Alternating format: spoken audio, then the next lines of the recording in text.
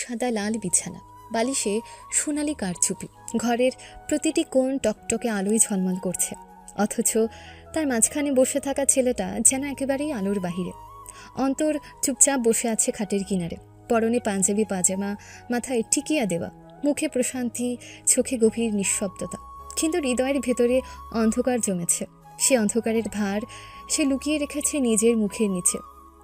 ঘরের দরজা ঠাস করে খুলে ঢুকল মেহের ইসলাম, রাগে ঘৃণায় মুখ থমথমে। বরের পোশাকে বসে থাকা অন্তরের দিকে একবার তাকিয়ে ঠোঁট পাকালো।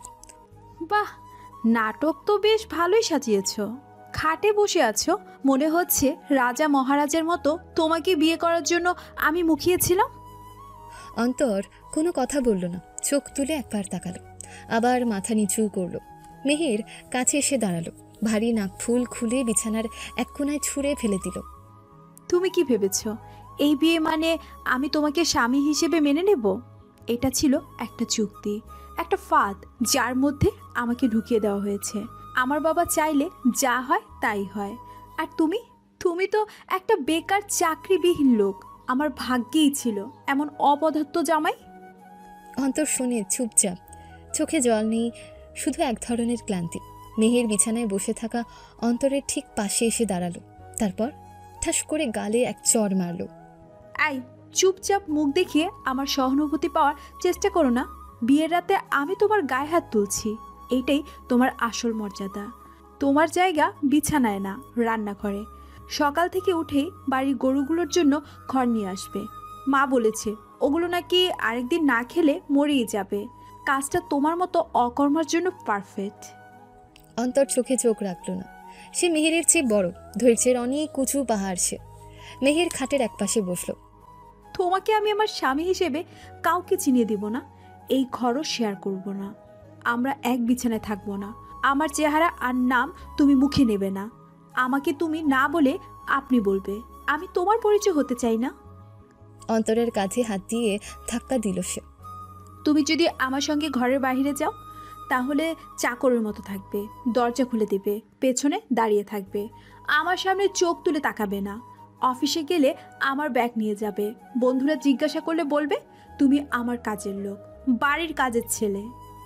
অন্তর আস্তে করে বলল, তুমি যা বলছো সব মেনে নেব আমি। তুমি যা করতে পারো আমার সাথে করো। মেহের হাসল। তুমি ভাবছো এই নম্রতা দিয়ে তুমি আমার মন পাবে? ছি, আমি তো এমন একজন স্বামী চেয়েছিলাম যার প্রোফাইল থাকতো, যার টাকা থাকতো, গাড়ি থাকতো, আর পেয়েছি এক গরিব অযোগ্য ব্যর্থ ছেলেকে। আমার ফ্রেন্ড সার্কেলরা যদি জানে আমি তোমার মতো ছেলেকে বিয়ে করেছি, লজ্জায় মরে যাব আমি। সো এই বিয়ের বিষয়টা যেন কেউ জানতে না পারে। সে এবার খাট থেকে উঠে দাঁড়ালো, দরজার দিকে এগিয়ে যেতে যেতে থেমে বলল, এই বাসর ঘরে আমি থাকবো না। তুমি একা ঘুমাও, একা কাঁদো, একা বোঝো কিভাবে একজন বেকার ছেলে একটা মেয়ের জীবন নষ্ট করে দিতে পারে। দরজা আবার ঠাস করে বন্ধ হয়ে গেল। বাতাস থেমে গেল ঘরে। আলো চলছে ঠিকই, কিন্তু যেন ছায়া গ্রাস করে নিচ্ছে দেওয়ালগুলো। অন্তর একা বসে থাকে, চারপাশে সাজানো ফুল, রং, রেশমি বিছানা, সবই যেন কোনো এক নিষ্ঠুর পরিহাস। চোখ বন্ধ করে ফেলল সে। ভেতরে জ্বলছে এক অগ্নিকুণ্ড, যেটা বাইরে কেউ টের পায়নি। অন্তরের বাসরাতটা এভাবেই কেটে গেল।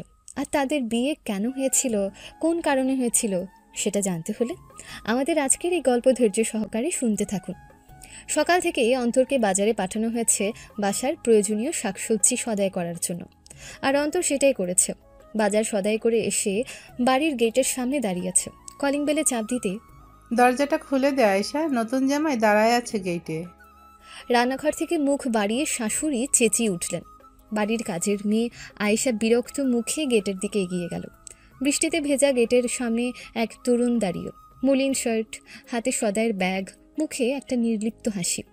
আয়েশা একবার উপরের নিচে তাকিয়ে বলল, এই কে আপনি? এখানে দাঁড়িয়ে কি করতেছেন? অন্তর মাথা নিচু করে জবাব দিল, আমি আমি এই বাড়ির জামাই, নাম অন্তর। মেয়েটা চোখ কুঁচকে তাকিয়ে বলল, আপনি জামাই? ছি, আপনি তো দেখতে একেবারে ড্রাইভারদের মতো। তারপর দরজা খুলে দিল। ভেতরে পা রাখতে সিঁড়ির উপর থেকে তীক্ষ্ণ গলায় চিৎকার এলো। আরে বা, আমার চাকর বরটা দেখছি অনেক ভদ্র, বাড়ির কাজের জন্য একদম পারফেক্ট। মেহের ইসলাম দাঁড়িয়ে আছে, পরনে নীল শাড়ি, ঠোঁটে ঘৃণা রেখা। ফজলুল হক মেহেরের বাবা শান্ত মুখে বললেন, মেহের, তোমার বিয়ে হয়ে গেছে, এখন ওর সম্মানটাই আসল। মেহেরের মা সালমা বেগম চায়ের কাপ নামিয়ে মুখ পাকালেন। সম্মান রাখার কথা বলছো তুমি? এই ছেলেটা এখন থেকে আমাদের বাড়ির কাজগুলো সামলাবে। মেহের সকালে হাঁটতে যাওয়ার সময় সঙ্গে থাকবে, মেহেরকে পার্টিতে নিয়ে যাবে, বাসার কাজ বাজার সদাই সব করবে, বুঝেছো? অন্তর মাথা নিচু করে থাকলো, চুপচাপ, শব্দ না করে। মেহের নেমে এলো সিঁড়ি বেয়ে, সামনে দাঁড়িয়ে বলল, তুমি আমার স্বামী, এটা কেউ জানতে পারবে না। বাইরে বলবে তুমি আমার পার্সোনাল অ্যাসিস্ট্যান্ট, কথা কম বলবে, কাজ বেশি করবে। আমার অফিসে যাওয়ার সময় গেট খুলবে, দরজা ধরবে, বোতল খুলে জল দেবে, বুঝেছো? অন্তর শুধু বলল, জি ঠিক আছে। রাত 10টা, সব ঘরে আলো নিভে এসেছে। অন্তর বসে আছে স্টোরুমের এক কোণে, মেঝেতে পাতলা একটা বিছানা, এক কোণে ভাঙা টেবিল। চুপচাপ মোবাইলটা বের করলো, ফিঙ্গারপ্রিন্টে স্ক্যান হতেই স্ক্রিনে উঠে এলো ডেইলি রেভিনিউ আপডেট, 34 কোটি টাকা, সিইও লগ ইন সাকসেস। তার চোখে কোনো চমক নেই, শুধু জানালার বাইরে তাকিয়ে থাকে। বৃষ্টির শব্দে একটু শান্তি পায় না সে। এই বাড়িতে আজ সে অকর্মা জামায়, কিন্তু দেশের শীর্ষ বিজনেস গ্রুপের মালিক তিনি। সকালে 5টায় দরজায় ধাক্কা দিল মেহের। এই শুনছো, উঠে পড়ো, গাড়ি পরিষ্কার করো, নয়তো আমার বান্ধবীরা এসে হাসবে। আর শোনো, আমার হিল জুতো দুটো ঘষে চকচক করে দিবে, কাল রাতে যা ময়লা হয়েছে। অন্তর চোখে কিছু না বলে উঠে দাঁড়ালো, ব্যাগ থেকে নিজের হ্যান্ড গ্লাভস বের করলো। তার প্রতিটি চলন যেন নিয়ন্ত্রণে, নির্ভুল। দুপুরে বাড়িতে মেহেরের বন্ধুরা আসে, মিম, শিলা, রাফি, তিনজনই উচ্চস্বরে হাসাহাসি করতে করতে ঢোকে। রাফি বলে, এই যে এই ছেলেটাকে। মেহের হাসি চাপতে চাপতে বলে, ও ও আমার পিয়ন, পার্সোনাল অ্যাসিস্ট্যান্ট। ওকে দিয়ে আমি ঝাড়ু দেই, জুতা পরিষ্কার করে, ফাইল বহন করাই, খুব কাজের ছেলে। অন্তর চুপচাপ পাশে দাঁড়িয়ে থাকে। মিম বলে, দেখতে তো হ্যান্ডসাম, এই ছেলের জন্য তো একটু বেশি দাম দিতে হবে। সবাই হেসে ওঠে। অন্তর কিছুই বলে না, শুধু টেবিলের এক কোণে তার ফোনের স্ক্রিনে তখন নোটিফিকেশন আসে, UK investment deal confirmed, total deal amount 1050 কোটি টাকা। তারপরও সে দাঁড়িয়ে থাকে এক কোণে, জুতা তুলে দেয়, দরজা খুলে গাড়ি চালিয়ে মেহেরকে পৌঁছে দেয়, কিন্তু কারো চোখে পড়েনি। গাড়ি চালানোর সময় সে যে ব্র্যান্ডেড ঘড়ি পরে আছে, তার দামই পুরো বাসার মাসিক খরচের চেয়ে অনেক বেশি। পরের দিন সকালে রোদ উঠেছে অনেকক্ষণ আগে, ঘড়িতে সকাল 9টা বাজে, কিন্তু মেহেরের ঘরে যেন দিন শুরু হয় ঘুম ভাঙার ইচ্ছের বিপরীতে। চোখ খুলতে প্রথমে যেটা দেখে সেটা হলো অন্তর নিচু হয়ে তার পায়ের কাছে বসে আছে, হাতে এক কাপ চা। তোমার চা। অন্তরের কণ্ঠটা যেমন মোলায়েম তেমনি শান্ত, যেন মাথা নিচু করে সব শুনে যাবার অভ্যেস জন্মে গেছে ওর। মেহের কড়া গলায় বলল, এই সকাল সকাল ঘরে আসার দরকার কি? চাকরেরও তো একটা শিষ্টাচার থাকা উচিত। অন্তর কেবল মাথা নিচু করে দাঁড়িয়ে থাকে, প্রত্যুত্তর নেই কোনো প্রতিবাদ। বাইরে থেকে দেখলে সত্যি মনে হয় ছেলেটা একজন অতি সাধারণ নিরীহ চাকর, যার জীবনে দাম নেই, মান নেই। নিচে নেমে মেহের গেটের সামনে দাঁড়িয়ে থাকা তার ফ্রেন্ডদের দেখে মুখ উজ্জ্বল করে হাসে। মিম, শিলা আর রাফি, এই তিনজনের দলটা সবসময় একসাথে থাকে। মিম হেসে বলল, তোদের এই নতুন চাকর তো দেখি সত্যি ফুল সার্ভিস। শিলা ব্যঙ্গ করে বলল, তবে কি ভাবছিস, গরিব চাকরানি ভুল করিসনি, একে কাজে লাগানো যায়, ড্রাইভার, বডিগার্ড, কুক সব একসাথে। রাফি একটু এগিয়ে এসে অন্তরের দিকে তাকিয়ে বলল, এই ভাই, গাড়ির দরজা খোলো তো, আমরাও মেহের ম্যাডামের ফ্রেন্ড। অন্তর কোনো কথা না বলে চুপচাপ গেট খুলে গাড়ির দরজা খুলে দেয়।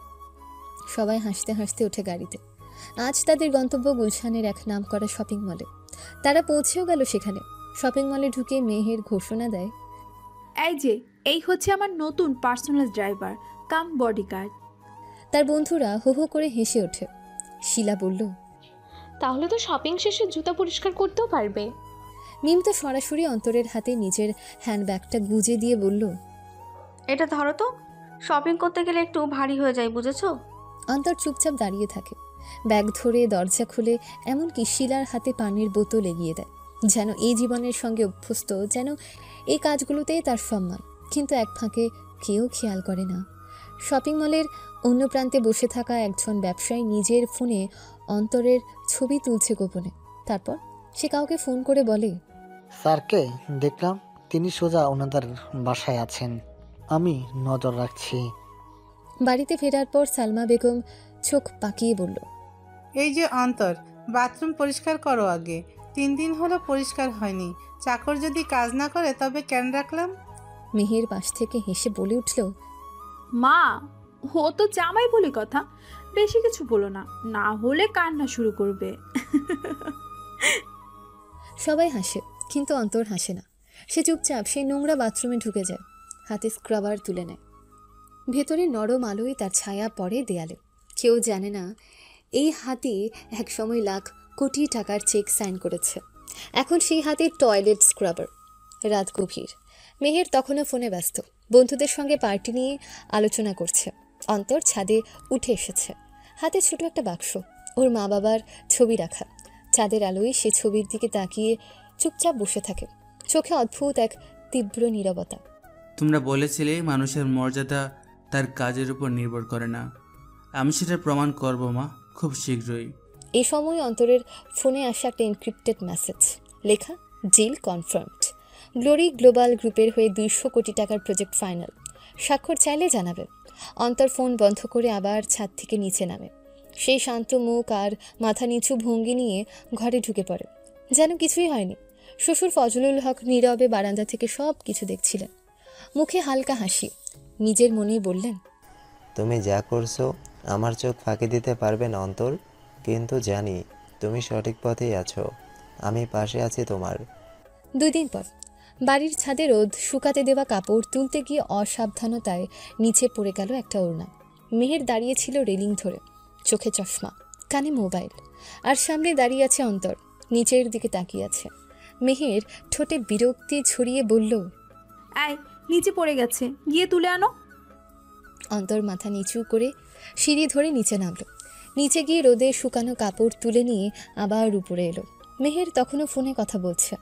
কাপড় বাড়িয়ে দিল মেহেরের দিকে। মেহের ওর দিকে না তাকিয়ে কাপড়টা নিয়ে বলল, আগামীকাল আমাকে মিম আর শিলার সাথে গুলশানে যেতে হবে। ওরা একটু রাফির গাড়িতে যাবে, আমি চাই না তাদের সাথে যাই। তুমি যাবে আমার সাথে বাইকে।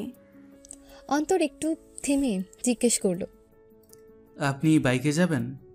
মেহের তাকালো একবার। আমার যখন তোমার মতো লোক ছাড়া আর কাউকে বিশ্বাস নেই, তখন বাইকেই যেতে হবে। আমার শরীরটা তো আর তোমার মতো টায়ার্ড লাগবে না। রাতের খাবারের সময় সবাই একসাথে বসে খাচ্ছে। শিলা আর মিমও এসেছে, আজ রাতটাও থাকবে। রাফিও আছে। ফজলুল হক মজার গল্প বলছিলেন সবাইকে। তোমরা জানো অন্তরকে আমি একবার হারিয়ে ফেলেছিলাম একা, তখন ও আমার অফিসেই কাজ করতো, একা একাই কাজ করতো, আমি ওকে খুঁজে পাইনি অনেকক্ষণ। হেসে বললেন ফজলুল হক। আঙ্কেল, ও কি আপনার অফিসে অনেক আগে থেকেই কাজ করে? মিম কৌতূহল নিয়ে জিজ্ঞেস করলো।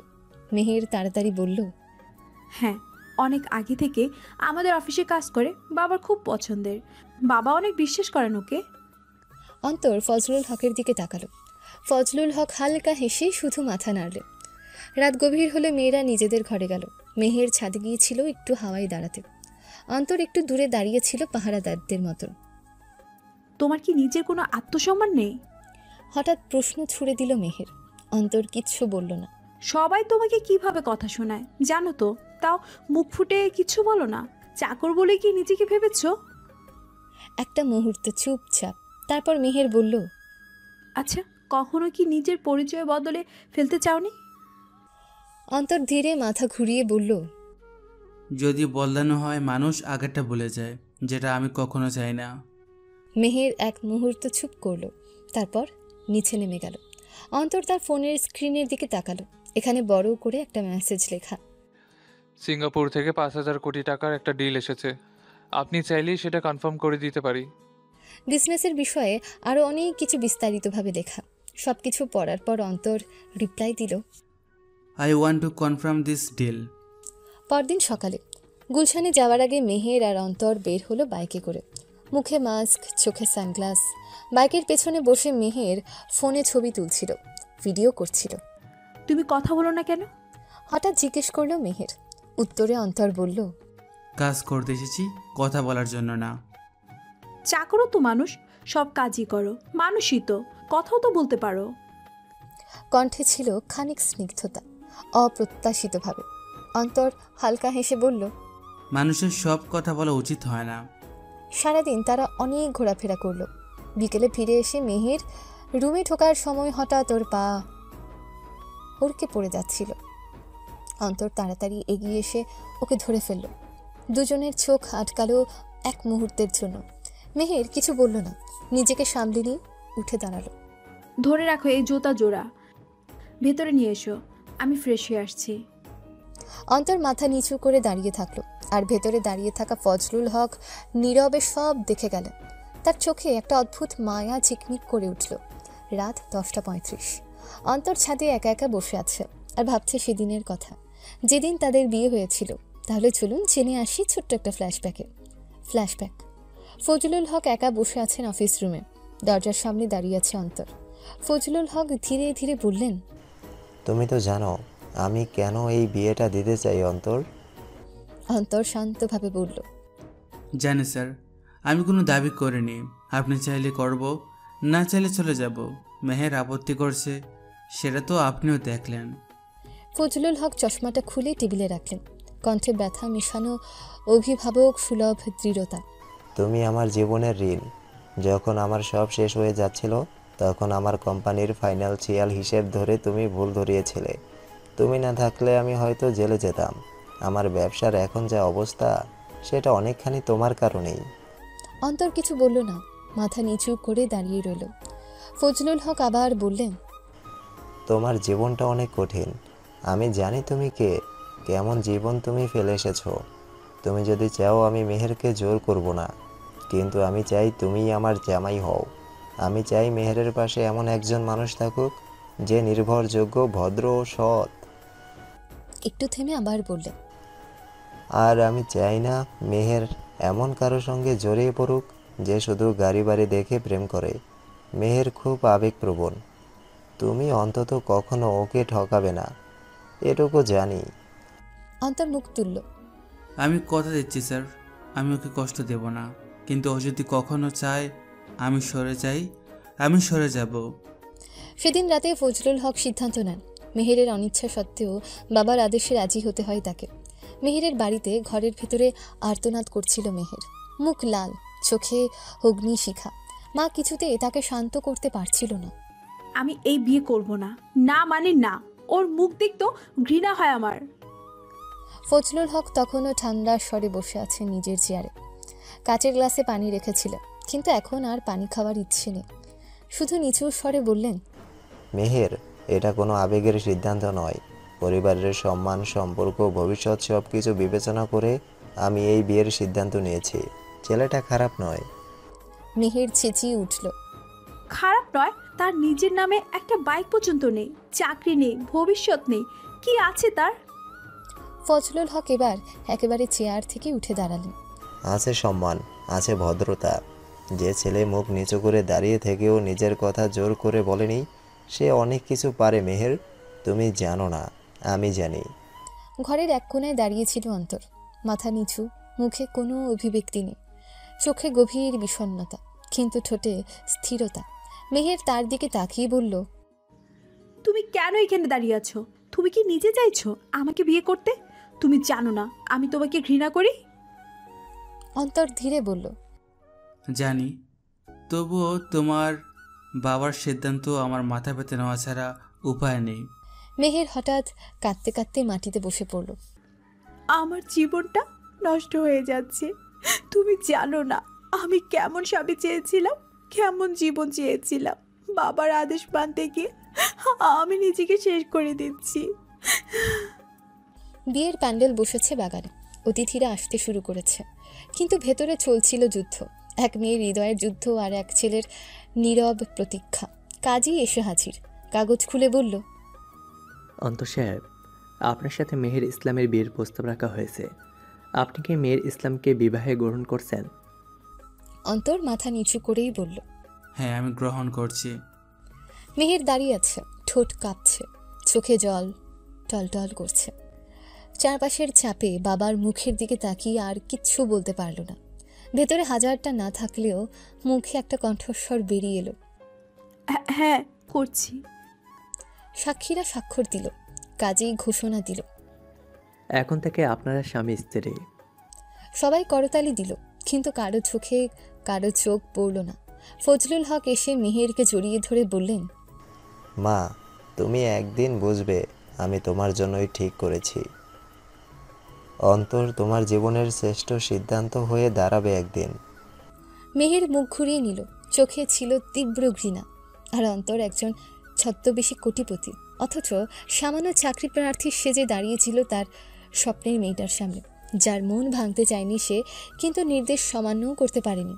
এভাবেই একটা ঋণ, কৃতজ্ঞতা আর নিরাপত্তা মিলিয়ে জন্ম নেয় এক অনিচ্ছার সম্পর্ক, যেটার শুরু অপমান দিয়ে, কিন্তু শেষটা কি হবে সেটা সময়ই বলবে। এবং সেই ঘৃণা নিয়ে সে বাসর ঘরে ঢুকেছিল, যা আমরা গল্পের শুরুতেই শুনতে পেয়েছি। এখন চলুন বর্তমানে ফেরা যাক।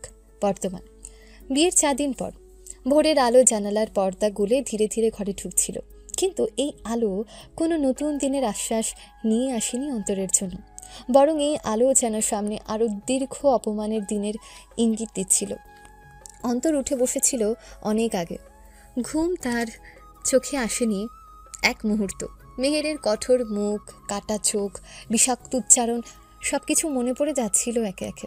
ঘরের একপাশে বসে থাকা মেহের তখন আয়নার সামনে দাঁড়িয়েছিল। তার চোখে ঘুম নেই, কিন্তু মুখে একটা ঠান্ডা নির্মম শক্তির ছাপ। এই যে দাঁড়িয়ে আছো কেন এভাবে? মেহের তাকালো না, শুধু আয়নার দিকে তাকিয়ে বলল। অন্তর ধীরে ধীরে কাছে এগিয়ে গেল। জানবো? মেহের এবার সরাসরি চোখে তাকালো। ঠোঁটের কোণটায় হালকা এক পাকা হাসি, কিন্তু সে হাসির মধ্যে ছিল তাচ্ছিল্য। তুমি কি আমার কাজের ছেলে নাকি অন্য কিছু? নাকি তুমি নিজের মতো করেই কিছু করবে? অন্তর একটু থমকে গেল, মাথা নিচু করে বলল, না মানে তোমার যদি কিছু লাগে ভাবলাম। মেহের উঠে দাঁড়ালো, এরপর ধীরে ধীরে তার কাছে এসে দাঁড়ালো, একেবারে মুখোমুখি। তুমি বুঝতে পারো না আমার কিছু লাগবে কি না, তাই না? আমার কোন পছন্দ অপছন্দ তোমার বোঝার দরকার নেই। তোমার আমার যা চাই সবই কিছু আমি বলার আগেই আমার সামনে হাজির রাখবে। তুমি এখানে শুধু একটা ঝামেলা, যেটা আমার জীবনে জোর করে জুড়ে দেওয়া হয়েছে। অন্তর এবারও মুখ তুলে তাকালো না, শুধু শান্ত কণ্ঠে বলল, আমি জানি, আমি চাচ্ছি তোমাকে কোনো কষ্ট না দিতে। মেহের হেসে ফেলল, কর্কশ একটা হাসি। তাই তাহলে করো একটা কাজ, নিচে নেমে রান্নাঘরে গিয়ে ফুপুদের বলো আজ থেকে তুমি আমার জন্য সকালে চা বানাবে। আর হ্যাঁ, ঠিক 8টায় আমার ঘরে চা পৌঁছানো চাই, না হলে তুমি আমার জামাই থেকে বাসার কাজের লোক নামিয়ে দেওয়া হবে। অন্তর মুখ তুলল এবার, ঠান্ডা চোখে একবার তাকালো মিহিরের দিকে। ঠিক আছে, আমি চা বানিয়ে আনবো। 1 মিনিট। মেহের ফের থামিয়ে দিল, তার চোখে তখন আরেকটা চাহনি। এই জামা কাপড়টা পরে চা বানাতে যেও না, নিচে গিয়ে আগে পুরনো একটা পাঞ্জাবি বা হাউসকোট খুঁজে নাও। তুমি জামাই না, এবারের চাকর, মনে রেখো। কড়া একটা চা বানিয়ে আনো, আমার মাথা ধরেছে। অন্তর কাঁপে না, কোনো প্রতিবাদ নেই মুখে। সে আস্তে আস্তে দরজার দিকে এগিয়ে যায়। মেহের পেছন থেকে বলে ওঠে, আর হ্যাঁ, নিচে গিয়ে মিথ্যে পরিচয় দিও না, যেন সবাই জানে তুমি আমার দয়া বেঁচে থাকা অকর্মা এক লোক। কোটিপতি না, করুণার পাত্রী তুমি। দরজার ফাঁক দিয়ে আলো ঢুকছিল, অথচ অন্তরের ছায়া যেন আর আলোই পড়ে না। মুখটা তখন পাথরের মতনও কঠিন। কেউ জানে না এই অকর্মা ছেলেটি আসলে কত বড় এক সাম্রাজ্যের রাজা। আর এই রাজা আজ আবার নিজের তৈরি করা আড়ালে ঢুকে গেল নতুন দিনের অপমান জয় করার জন্য। ভোরের আলো তখনও পুরো ঘরে ঢোকেনি। হালকা আলো আঁধারির মাঝে অন্তর চোখ মেলে তাকাতেই বুঝল আজকের সকালটাও আরও অপমানের। বাসরাতের অপমান, বন্ধু বান্ধবীদের সামনে অপমান এখনও তার কানে বাজছে, কিন্তু মুখে কিছু বলার সুযোগ ছিল না, কারণ এই বিয়ে সে নিজের ইচ্ছেই করেনি, আর মেয়েটাও তাকে মানুষই মনে করে না। আস্তে আস্তে নিচে নামে সে। পুরো বাড়িটা তখনও নিস্তব্ধ, কিন্তু রান্নাঘর থেকে কিছু শব্দ আসছিল। দরজার কাছে যেতে এক মহিলার চিৎকার ভেসে এলো, আয়েশা, এই ভোরে বাথরুম পরিষ্কার করতে বলছিলাম, তুই রান্নাঘরে কি করছিস? অন্তর দরজার আড়ালে দাঁড়িয়ে শুনছিল। কিছুক্ষণ পর সাহস করে ভেতরে ঢোকে। ভেতরে দুজন ফুপু বসে আছে। বড় ফুফু শাহানারা খাতুন, মুখে পান, চোখে সন্দেহ। ছোট ফুফু জিন্নাতারা, হাতে মোবাইল আর মুখে ঠাট্টা। শাহানারা খাতুন চোখ বড় করে তাকালেন অন্তরের দিকে। এই যে কে আসছে সকাল সকাল রান্নাঘরে? জামাইবাবু নাকি নতুন চাকর? জিন্নাতারা হাসতে হাসতে বললেন, শোন না, জামাই তো এখন ঘরের লোক, কাজ না করলে খাবে কি? আমাদের বাড়িতে অলসের জায়গা নেই। আয়েশা এক কোনায় দাঁড়িয়ে লজ্জায় মাথা নিচু করে। অন্তরের দিকে তাকিয়ে হালকা কণ্ঠে বলে, তুমি আজকে নতুন, আজকে আমি বানিয়ে দিচ্ছি। না, আমি নিজে বানাবো। শান্ত কণ্ঠে বলে অন্তর। তার চোখে এক ধরনের নীরব আগুন, কিন্তু মুখে কোনো অভিমান নেই। শাহানারা খাতুন ঠোঁট বাঁকিয়ে বলে উঠলেন, বাহ, জামাইবাবু চা বানাতে জানেন? তাহলে তো বিয়ের বাকি ছেলেদের তালিকায় 1 নম্বর পাত্র ছিলেন নিশ্চয়ই। জিন্নাতারা আবার ঠাট্টা করলেন, ওর বিয়ের আগে শুনেছিলাম ভাইজানের অফিসে চাকরি করে, এখন বুঝছি রান্নাঘরের কাজও ভালো পারে।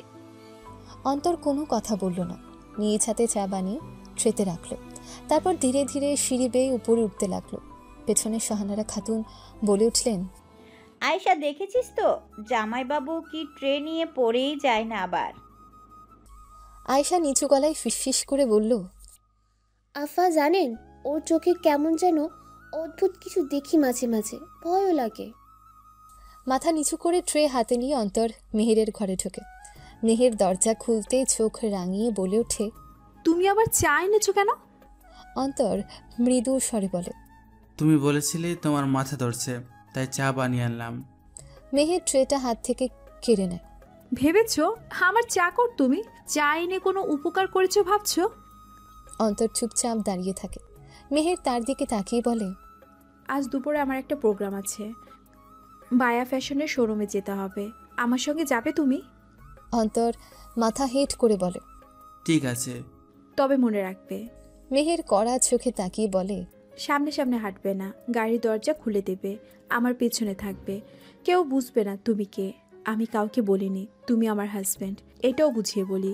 তুমি যেটা বুঝাবে না, কেউ যদি জিজ্ঞাসা করে তুমি কে, বলবে আমার ড্রাইভার। অন্তরের চোখে কিছু একটা লুকিয়ে থাকলেও মুখে নেই কোনো প্রতিক্রিয়া। সে মাথা নাড়ায়। মেহের হালকা গলায় বলে, তুমি এখন যাও। আর হ্যাঁ, চাটা নেহাত খারাপ বানাওনি। অন্তর হালকা হাসে, যেন জীবনে এই প্রথম কেউ তার চা বানানো প্রশংসা করল। ঘর থেকে বের হয়ে আসে। সে জানে আজকের দিনটা শুধু একটা শুরু। প্রতিটি মুহূর্তে সে নিজের অপমান, নিজের পরিচয় লুকিয়ে চলবে। আর সে বাড়ির সবাই তাকে ভাববে চাকর জামাই। কিন্তু তার চোখের গভীরে যেটা কেউ পড়ে না, সেটা এক অব্যক্ত প্রতিজ্ঞা। এই ঘরে, এই মেয়ের সামনে, এই দুনিয়ায় একদিন সবাই জানবে কে সে। অন্তরের ফোনে মেসেজ আসলো, we made 20% profit from the Singapore deal. দুপুরবেলা। তুমি ঠিক করে চলতে পারো না? এই কেমন হাঁটা? মেহের পেছন ফিরে তাকিয়ে অন্তরকে চট জলদি ধমক দিয়ে বলল। অন্তর একটু মাথা নিচু করেই রইল, কিছু বলল না। গুলশানের অভিজাত ফ্যাশন শোরুম রয়্যাল ক্লজেটের সামনে দাঁড়িয়েছে ওরা। গেটে ঢুকতে চোখে পড়ে চকচকে ঝাড়বাতি, পুস্টোর আর শীতল এয়ার কন্ডিশনের ঠান্ডা হাওয়া। মেহের এই জায়গায় প্রায় আসে। এখানকার স্টাফরা তাকে চেনে, অভ্যস্ত চোখে তাকায়। কিন্তু আজ তার পাশে একজন সাদামাটা জামা পরা নির্লিপ্ত চেহারার লোক দেখে কিছুটা কৌতূহল। অন্তরের পরনে সাদা প্যান্ট, হালকা নীল শার্ট, পায়ে সাধারণ স্যান্ডেল। সাজসজ্জায় কোথাও কোনো দামি জিনিস নেই। মেহের ওকে পাশে দাঁড় করিয়ে ভেতরে ঢুকে গেল। রিসেপশন ডেস্ক পেরিয়ে প্রথম তলা ড্রেসিং রুমের দিকে এগোতেই একটা চেনা গলা। মেহের, ওয়াও, এতদিন পর। এটা ছিল তন্ময়ের গলা। চোখে কালো সানগ্লাস, ধবধবে সাদা কুর্তা পাজামা, গলায় পাতলা সোনার চিন। মেহের একটু হেসে বলল, হঠাৎ তুমি এখানে? তন্ময়ের চোখ পড়ে গেল অন্তরের দিকে। তার ছিলের হাসি। তুই যে এতটা বদলে গেছিস বুঝি নাই। এই ছেলেটাকে হেল্পার নাকি ড্রাইভার? মেহের একটু দ্বিধা করে বলল, ও হ্যাঁ, ওকে আজকে একদিনের জন্য এনেছি, গাড়িটা বাইরে পার্ক করে রেখেছে, তো একটু সাহায্য লাগবে। অন্তর চুপ, মুখে এক ফোঁটা প্রতিবাদের ছাপ নেই। চোখটা শুধু একবার মেহেরের দিকে তাকায়। তন্ময়ের সঙ্গে আরও 2-3 জন ছিল, তাদের মধ্যে ফিসফিসিয়ে বলল, ভাই এ আবার কেমন বডিগার্ড টাইপ রে, দেখতে তো গরিবের বরের মতো। তন্ময় হেসে বলল, বর নয়, এই মেয়ের তো বিয়ে হবে না কখনো। প্রিন্স চার্মিং কই পাবি রে? মেহের শুধু হাসল, কিছু বলল না। অন্তরের দিকে তাকিয়ে বলল, এসো, আমার ব্যাগগুলো ধরে রাখো। শোরুমের ভেতরে গিয়ে একের পর এক ডিজাইনার গাউন, শাড়ি, লেহেঙ্গা দেখছে মেহের। অন্তর পেছনে দাঁড়িয়ে ব্যাগ ধরছে, জলের বোতল এগিয়ে দিচ্ছে। মাঝে মাঝে দোকানের স্টাফরাও তাকে কর্মচারী মনে করে আদেশ করছে, এই শার্টটা একটু তুলে দাও, ওটা ভাঁজ করে রাখো, এসব বলে। সব সহ্য করেছে অন্তর, চোখে কোনো বিরক্তি নেই। তন্ময় আবার কাছে এসে দাঁড়ালো, এবার একটু নিচু গলায় বলল, মেহের, সত্যি বলতো তুই এই লোকটার সঙ্গে কিভাবে ঘুরছিস? তোকে মানায় না? মেহের একটু দ্বিধা করে বলল, জাস্ট আমার ড্যাডকে খুশি রাখতে ওকে সঙ্গে রাখছি। তন্ময় ঠোঁটে চওড়া হাসি টেনে বলল, এখনো মনে হচ্ছে তুই আমার সঙ্গে বেশি ভালো থাকতে। হঠাৎ হাতটা বাড়িয়ে দিল মেহেরের দিকে। অন্তরের চোখ গিয়ে পড়ে সেই হাতে, ধরে রেখেছে মেহেরের হাতকে। মেহের একটু পিছিয়ে গেলেও হাত সরায় না তন্ময়। তখনই অন্তর এক পা এগিয়ে এসে বলল, স্যার যদি একটু সরে দাঁড়াতেন, ম্যাডামকে সুটকেসটা ধরতে হবে। শীতল শালীন স্বরে বলা হলেও চোখে ছিল অদ্ভুত তীক্ষ্ণতা। তন্ময় ভ্রু কুঁচকে তাকালো। তুই কে রে বাপু, এইভাবে বলিস? এটা আমাদের পার্সোনাল ব্যাপার। মেহের তাড়াতাড়ি বলল, ওকে কিচ্ছু বলিস না তন্ময়, চল অন্য জায়গায় ঘুরি। শোরুম থেকে বেরিয়ে আসার পর গাড়িতে বসে একটু কথা বলল না মেহের। অন্তর নিঃশব্দে ড্রাইভিং করছে। শোরুমের ভেতরে আরেকটা ঘটনা ঘটেছিল। সেটা ছিল মেহের শোরুমের এক কোণে দাঁড়িয়েছে, তার চোখ আটকে গেছে একটা বিশেষ কালেকশনের উপর। একটা হাই এন্ড একমাত্র ভার্সাচে ব্র্যান্ডের হ্যান্ডব্যাগ। ব্যাগটা রাখা আছে কাচের আলমারির ভেতরে, দাম লেখা নেই, শুধু পাশে ছোট্ট একটা signboard, exclusive, only on request. Meher একটু কাঁধ উঁচিয়ে কাউন্টারের এক স্টাফকে জিজ্ঞেস করলো, এই ব্যাগটার দাম কত? স্টাফ নিচু গলায় বলল, ম্যাডাম, এটা 3,25,00,000 টাকার special collection. It's one of a kind. মেহেরের ঠোঁটে ক্ষীণ একটা হাসি ফুটে উঠল, তবে চোখে হঠাৎ কুয়াশা জমে গেল। সে আর কিছু না বলে চুপচাপ সরে গেল, কারণ সেটা কেনার সামর্থ্য তার নেই। এই দৃশ্যটা দূর থেকে নজরে রাখছিল অন্তর। সে কিছু না বলে অন্য পাশ দিয়ে হেঁটে চলে গেল ভেতরের কাউন্টারে। দোকানের একজন সিনিয়র স্টাফের কাছে গিয়ে বলল, আপনার কালেকশনে ওই ভার্সাচে ব্যাগটা আছে? স্টাফ একটু চমকে তাকালো। জি আছে স্যার, আপনি দেখতে চান? না, আমি এটা কিনে নিচ্ছি, প্যাক করে দিন। Sure sir. অন্তর কোনো কথা না বলে ওয়ালেট থেকে একটা black premium international credit card বের করে দিল। কার্ডের উপর সোনালি হরফে লেখা কোম্পানির নাম আর প্রাইভেট ব্যাংকের হাই লিমিটেড সাইন চিহ্ন দেখে স্টাফদের চোখ বিস্ময়ে গোল হয়ে গেল। তারা মুখ চাওয়াচাবি করে নিল, কিন্তু একজনের সাহস করল না কিছু জিজ্ঞেস করতে। সুদক্ষ হাতে বিল প্রসেস করে ব্যাগটা একেবারে গিফট প্যাকিং করে হাতে ধরিয়ে দিল। অন্তর শুধু বলল, আমার নাম কোথাও উল্লেখ করবেন না, ওটা গিফট হিসেবে যাবে, আর কেউ জানবে না যে আমি এটা কিনেছি। স্টাফরা বিনয়ের সঙ্গে মাথা ঝুঁকিয়ে সম্মতি জানালো। অন্তরের চোখে হালকা হাসি ফুটে উঠল। সে আবার ফিরে গেল মেহেরের পাশে, যেন কিছুই হয়নি। মেহের তখনও ব্যাগটার দিকে তাকিয়ে একটা দীর্ঘশ্বাস ফেলে পেছন ফিরে দাঁড়িয়েছিল, আর অন্তরের চোখে খেলে গেল এক টুকরো বিজয়ের দীপ্তি। অপরিচিত থেকেও তার অদৃশ্য উপস্থিতি ছুঁয়ে গেল মেহেরের অহংকারের দেয়ালের উপরে একটা অনুভূতির স্পর্শ। আর ব্যাগটা তার লুকিয়ে থাকা দেহরক্ষীর হাতে দিয়ে বলল, এটা আমার রুমের আলমারিতে রাখবে। শোরুম থেকে তারা বেরিয়ে এলো। অন্তর গাড়ি চালাচ্ছে আপন মনে, আর চোখের সামনে বারবার ভেসে উঠছে তন্ময়ের হাতে ধরা সেই দৃশ্যটা। মেহের কিছু বলল না, সরাই উনি। নিজেকেই বলল সে, আমি কি চাই, প্রতিশোধ নাকি ভালোবাসা? ওর চোখে চোখ রেখে একদিন বলবো, আমি সেই মানুষ যাকে তুমি চিনতেও শেখোনি। আকাশটা অন্ধকার, বাতাসে ঝড়ের ইঙ্গিত। অন্তরের চোখে লুকিয়ে থাকা ঝড় এখনও শান্ত, তবে কতক্ষণ চলবে এভাবে?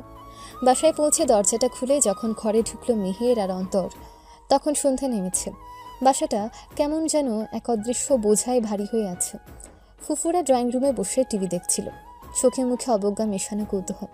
ফুফু একটা কড়া গলায় প্রশ্ন করলেন, এইমাত্র ফিরলে?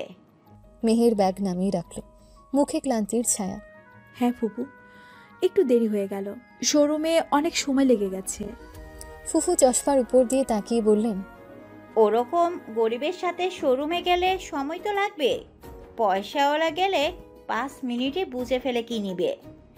মেহের মুখে হাসি রাখার চেষ্টা করলো, কিন্তু অন্তর একটু কিছু বলল না। ওর চোখে শুধু একরাশ অভিমান। মেহের আস্তে আস্তে হাঁটতে হাঁটতে সোজা নিজের ঘরে চলে গেল। অন্তর পেছন পেছন যেতে যাবে এমন সময় আয়েশা বলে উঠল, ভাইয়া চা বানিয়ে রাখি? অন্তর মাথা নেড়ে জানালো, না, কিছু লাগবে না। ঘরে ঢুকে মেহের দরজাটা ধাক্কা দিয়ে বন্ধ করলো। তুমি দরজাটা বন্ধ করে দিলে কেন? অন্তর ধীরে ধীরে জিজ্ঞেস করলো। মেহের আয়নার সামনে দাঁড়িয়ে বলল, তুমি এখন থেকে বাইরে ঘুমাবে, আমি একসঙ্গে থাকতে পারবো না। অন্তর হালকা গলায় বলল, কেন পারবে না? তুমি তো আমার স্ত্রী। মেহের হঠাৎ ঘুরে দাঁড়িয়ে রেগে উঠে বলল, স্ত্রী? এই কথাটা মুখ থেকে বের করার সাহস কই পেলে তুমি? তোমার মতো একটা নিম্ন শ্রেণীর ছেলের সঙ্গে আমার কি সম্পর্ক হয়? আমি তো শুধু আমার বাবার সম্মান বাঁচাতে বিয়ে করেছি, তার মানে এই না যে তুমি আমার স্বামী পরিচয় নিয়ে ঘোরাঘুরি করবে। অন্তর কিছু বলতে চাইল, কিন্তু মেহের থামিয়ে দিল। তুমি কি ভেবেছ এইসব লোক দেখানো শপিংয়ে গিয়ে পাশে দাঁড়িয়ে থাকলে তুমি আমার জীবনের অংশ হয়ে যাবে? তোমার জায়গা স্টোর রুমে, বিছানার পাশে না। অন্তর আস্তে করে বলল, তুমি জানো না আমি কে? তুমি যে দেখছো তার বাইরেও অনেক কিছু আছে। আচ্ছা, আবার শুরু করলে না নাটক? এই আমি কে একদিন বুঝবে। এসব কথাবার্তা বাদ দাও, এসব দিয়ে আমাকে প্রবাহিত করা যাবে না। মেহের ওয়ার্ড্রপ খুলে একটা লাল শাড়ি বের করলো। আগামীকাল এক পারিবারিক দাওয়াত আছে ওদের এক আত্মীয়ের। তুমি আমার সঙ্গে যাবে, আমি বলবো তুমি আমার কোনো কাজের লোক। কার্ড বয়ে নেওয়ার জন্য তোমায় এনেছি, আমার আত্মীয়দের সামনে তোমার মুখ কালো করব না। অন্তর দাঁড়িয়ে থাকলো কিছুক্ষণ, তারপর আস্তে পেছন ফিরে দরজা খুলে বাইরে বেরিয়ে গেল। ঘরের বাইরের এক করিডোরে রাখা একটা ছোট্ট সোফায় বসে পড়ল। ছাদের পাখা ঘুরছে ধীরে ধীরে, আর ওর বুকের ভেতর কেমন এক অচেনা জ্বালা। একটা সময় আয়েশা এসে জানালো, ভাইয়া খাবার রেডি, আপনি নিচে এসে খেয়ে নিন। অন্তর ধীরে উঠে গেল নিচে। টেবিলে বসে থাকা ফুফু বললেন, বিয়ে করে এমন ছেলেকে নিয়ে এসেছো যে নিজের খাবার পর্যন্ত সময় মতো খেতে পারে না। ওকে চাকর বললে বেশি বলা হবে। মেহের নিচে নেমে এলো, চোখে ঠান্ডা অবজ্ঞা। চাকর বলে ওর প্রেস্টিজ বাড়বে? আমি বলি না, ও তো আসলে একটা ল্যাম্প পোস্ট আছে, কিন্তু কোনো আলো দেয় না। সবাই হেসে ওঠে। অন্তর চুপচাপ থালায় ভাত নেয়। মেহের পাশ দিয়ে হেঁটে চলে যায় নিজের ঘরের দিকে। রাত গভীর, মেহের ঘরে একা ঘুমাচ্ছে। বাইরের বারান্দায় বসে আছে অন্তর, এক মনে দূর আকাশের দিকে তাকিয়ে আছে। নিজের বুকের ভেতর শব্দ করে ওঠে, তুমি আমাকে অপমান করছো, কারণ তুমি জানো না আমি কে। কিন্তু দিন আসবে তুমি তোমারই বলা প্রতিটা কথার জন্য আফসোস করবে। অন্তরের চোখে জমে থাকা নীরব এক প্রতীক্ষা, যা কাউকে শোনানো যায় না, শুধু সময়কে সাক্ষী রেখে বলা যায়, তুমি আমাকে আজ ঘৃণা করছো, কিন্তু কাল আমি হব তোমার সবচেয়ে বড় অহংকার। পরদিন সকালে মেহের আয়নার সামনে বসে চুলে স্ট্রেটনার চালাচ্ছিল। ড্রেসিং টেবিলের উপর ছড়ানো ছিল কয়েকটা কসমেটিক্স আর এক সেট হালকা গোল্ডেন ঝকমকে জুয়েলারি। অন্তর দরজার পাশেই দাঁড়ানো ছিল, এক পা ভেতরে এক পা বাইরের করিডোরে। শুনছো? মেহের চোখ তুলে তাকায়নি, মুখেই বলল, আজ আমার মামার বাড়িতে দাওয়াতে যেতে হবে, তুমি সাথে যাবে? অন্তর কিছু না বলে দাঁড়িয়ে থাকে। কিন্তু শোনো, বেশি কথা বলার দরকার নেই। কেউ কিছু জিজ্ঞাসা করলে বলবে তুমি আমার ড্রাইভার, আমি এই পরিচয় করাবো, ভুলেও অন্য কিছু বলো না। অন্তরের দৃষ্টি তখনও মেহেরের মুখে। সে চোখ নামিয়ে নিয়ে শুধু বলল, ঠিক আছে। তাদের গন্তব্য ছিল ধানমন্ডির একটা অভিজাত অ্যাপার্টমেন্টে। বিল্ডিংয়ের নিচে গিয়ে একজন ডোরম্যান গাড়ির দরজা খুলে দেয়। মেহের নেমে যায় অভ্যস্ত ভঙ্গিতে। অন্তর পেছনে পেছনে হাঁটে, মাথা নিচু করে। বাড়িতে প্রবেশ করতে আতিথেয়তায় ভরা এক দৃশ্য চোখে পড়ে। বড় হল ঘরে বসলো বিছানো। মেহেরের এক খালা রেশমা খাতুন, ফুফাতো বোন লাবিবা আর কিছু আত্মীয় স্বজন ঘিরে বসা। কারো কারো মুখে এক ধরনের অদ্ভুত কৌতুকপূর্ণ হাসি। রেশমা খালা চোখ টিপে জিজ্ঞেস করলেন, এই লোকটা কে মা? নতুন চাকর নাকি? মেহের হাসতে হাসতে বলল, হ্যাঁ খালা, একদম নতুন। একেবারে গ্রাম থেকে এসেছে, এখনো শহরের নিয়মকানুন ভালো করে জানে না। অন্তরের মুখে কোনো ভাবান্তর নেই, সে পাশে দাঁড়িয়ে থাকে। চেহারায় তো কিছুটা স্মার্টনেস আছে, কিন্তু কাজ জানে তো? চেষ্টা করছে। মেহের মুখে বিরক্তির ছাপ এনে বলল। একটা ছোট্ট ছেলে পাশ দিয়ে দৌড়ে যায়, মেহেরের কানে ফিসফিস করে বলল, আপু, তোমার চাকর দেখতে হিরোদের মতো। মেহের ধমক দেয়, বড়রা কথা বলছে, চুপ কর। দাওয়াতের পরিবেশন চলতে থাকে, অন্তরকে কেউ বসতে দেয় না। বারবার ওকে গ্লাস এনে দিতে বলা হয়, ছোটদের খাবার পৌঁছে দিতে বলা হয়, একবার তো চা বানাতে পাঠানো হয়। হঠাৎ করে একজন মহিলা চেঁচিয়ে ওঠে, আমার পার্স কে নিল? সবাই চমকে ওঠে। বাড়ির কাজের মেয়ে আর অন্তরকে সন্দেহের চোখে দেখা শুরু হয়। একজন কাজের মেয়ে বলে, এই যে নতুন ছেলেটা আছে না, ওকে আমি সেখানে দেখেছিলাম একটু আগে। মেহের মুখ ঘুরিয়ে ঠান্ডাভাবে বলে, আমি আগেই বলেছি গ্রামের ছেলে, আমি এক্ষুনি পার্সেলটা খুঁজে দেখি ওর ব্যাগে। অন্তর ঠান্ডাভাবে বলে, দরকার নেই, পার্সটা ওই সোফার নিচে পড়ে আছে। সবাই চুপ। সত্যি পার্সটা ওখানেই পড়েছিল। মেহের ক্ষণিকের জন্য লজ্জা পায়, কিন্তু আবার নিজের অহং ফিরে আসে। ভুল হলেও তো সন্দেহ তো হতেই পারে নতুন লোকের উপর। অন্তর মাথা নিচু করে দাঁড়িয়ে থাকে। দাওয়াত শেষ হয় বিকেলে। গাড়িতে ওঠার পর মেহের বলে, আজ ভালো করেছো অন্তত আমার মুখটা রাখলে। অন্তর কিছু বলে না, শুধু জানালার বাইরে তাকিয়ে থাকে। বাসায় ফিরে সবাই ব্যস্ত হয়ে পড়ে। আয়েশা তখন মেহেরের মাকে চা দিচ্ছিল। পাশের ঘর থেকে ফুফু এসে বলে ওঠে, এই ছেলেটাকে ভালো করে নজরে রাখতে হবে, চেহারা দেখে মনে হয় না ও গরিবের ছেলে। রাতে অন্তর ছাদে ওঠে। হালকা হাওয়া বইছে। সে পকেট থেকে একটা ফোন বের করে কানে তোলে। হ্যাঁ, আমি ঠিক আছি। অপমানটা অনেক বড় ছিল আজ, সময় মতো সব হিসেব বুঝিয়ে দেব। ফোনের ওপাশ থেকে গলা শোনা যায়, তুমি যেমন বলেছিলে আমরা প্রস্তুত, শুধু তোমার ইশারার অপেক্ষা। অন্তরের ঠোঁটে একটা রহস্যময় হাসি খেলে যায়। 2 দিন পর রাতে খাবারের পরপরই সবাই যে যার মতন ঘরে চলে গেছে। আজকে বাড়িতে একটু বেশি লোক, কারণ মেহেরের খালাতো বোন লাবিবা এসেছে শহরে। কয়েকদিন থাকবেই বাড়িতে। চুপচাপ স্বভাবের মেহেরের একদম উল্টো ধরনের মেয়ে, তবে চোখে মুখে একটা স্থির আলো, যার মধ্যে গভীরতা লুকানো। লাবিবা একা দাঁড়িয়েছিল বারান্দায়। গাছে গাছে বাতাসের গুনগুন, শহরের নীরবতা আর হালকা আলো জ্বলা রাস্তাগুলো তাকিয়েছিল তার চোখে। হঠাৎ নিচের উঠানে অন্তরকে দেখা গেল, হাতে ঝুড়ি, কিছু শুকনো কাপড় তুলছিল। লাবিবা নেমে গেল ধীরে ধীরে। এই কাজগুলো কি সবসময় তুমি একা করো? অন্তর একটু চমকে তাকালো। হ্যাঁ, সবাই ব্যস্ত থাকে তাই নিজেই করি। লাবিবা এগিয়ে এসে তার হাত থেকে একটা জামা নিয়ে বলল, তোমার এই শান্ত স্বভাবটা আমার ভালো লাগে। তুমি কখনো কারোর সঙ্গে রাগই করো না, কেন? অন্তর চোখ সরিয়ে নিচের দিকে তাকিয়ে বলল, রাগ করি, কিন্তু দেখাই না। এই কথার মাঝে মেহের বারান্দায় এসে দাঁড়ায়। অন্ধকারে দাঁড়িয়ে থেকে নিচের দৃশ্যটা দেখে। লাবিবা অন্তরের সঙ্গে কথা বলছে, মাঝে মাঝে হাসছে, এমনকি এখন অন্তরের পাশে দাঁড়িয়ে কাপড় গুছাচ্ছে। মেহেরের ভেতরে হালকা কাঁপন, অজানা কিছু অনুভূতি। সে নিজেও বুঝতে পারে না কিসের জন্য তার বুক ভারী লাগছে। লাবিবা তখন বলছে, তুমি জানো, আমি যখন ছবি আঁকি তখন অনেক মানুষের মুখ দেখি, কিন্তু তোমার মুখে একটা আলাদা বিষণ্ণতা আছে। আমি সেটা ক্যানভাসে তুলতে চাই। অন্তর মাথা নিচু করে বলল, আমার মুখ দেখার মতো কিছু নেই। ভুল বলছো। লাবিবার কণ্ঠে ছিল দৃঢ়তা। তোমার মতো মুখ দেখার জন্য কেউ মন দিয়ে তাকাতেই জানে না, এটাই সমস্যা। উপরে দাঁড়িয়ে মেহের থেমে যায়। এই প্রথম সে অনুভব করে অন্তর যেন আর তার নিয়ন্ত্রণে নেই। কিছু একটার দিকে সে এগিয়ে যাচ্ছে, যেটা হয়তো মেহের চায় না। রাতে খাওয়ার সময় সবাই টেবিলে বসে।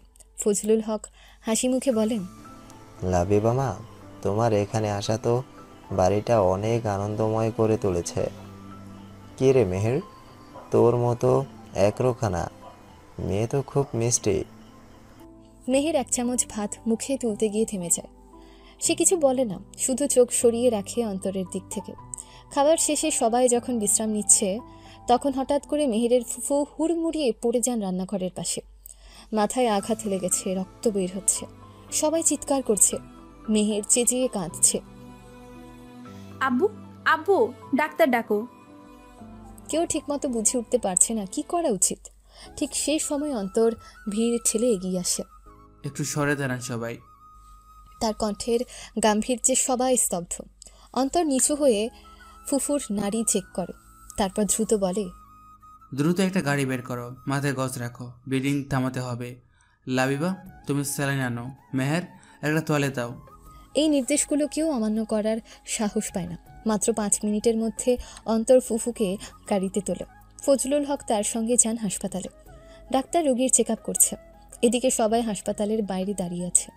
মেহের পেছন থেকে দেখে যায় অন্তরের হাতে রক্ত লেগে আছে, কিন্তু তার চোখে ভয় নেই, বরং আশ্চর্য এক আত্মবিশ্বাস।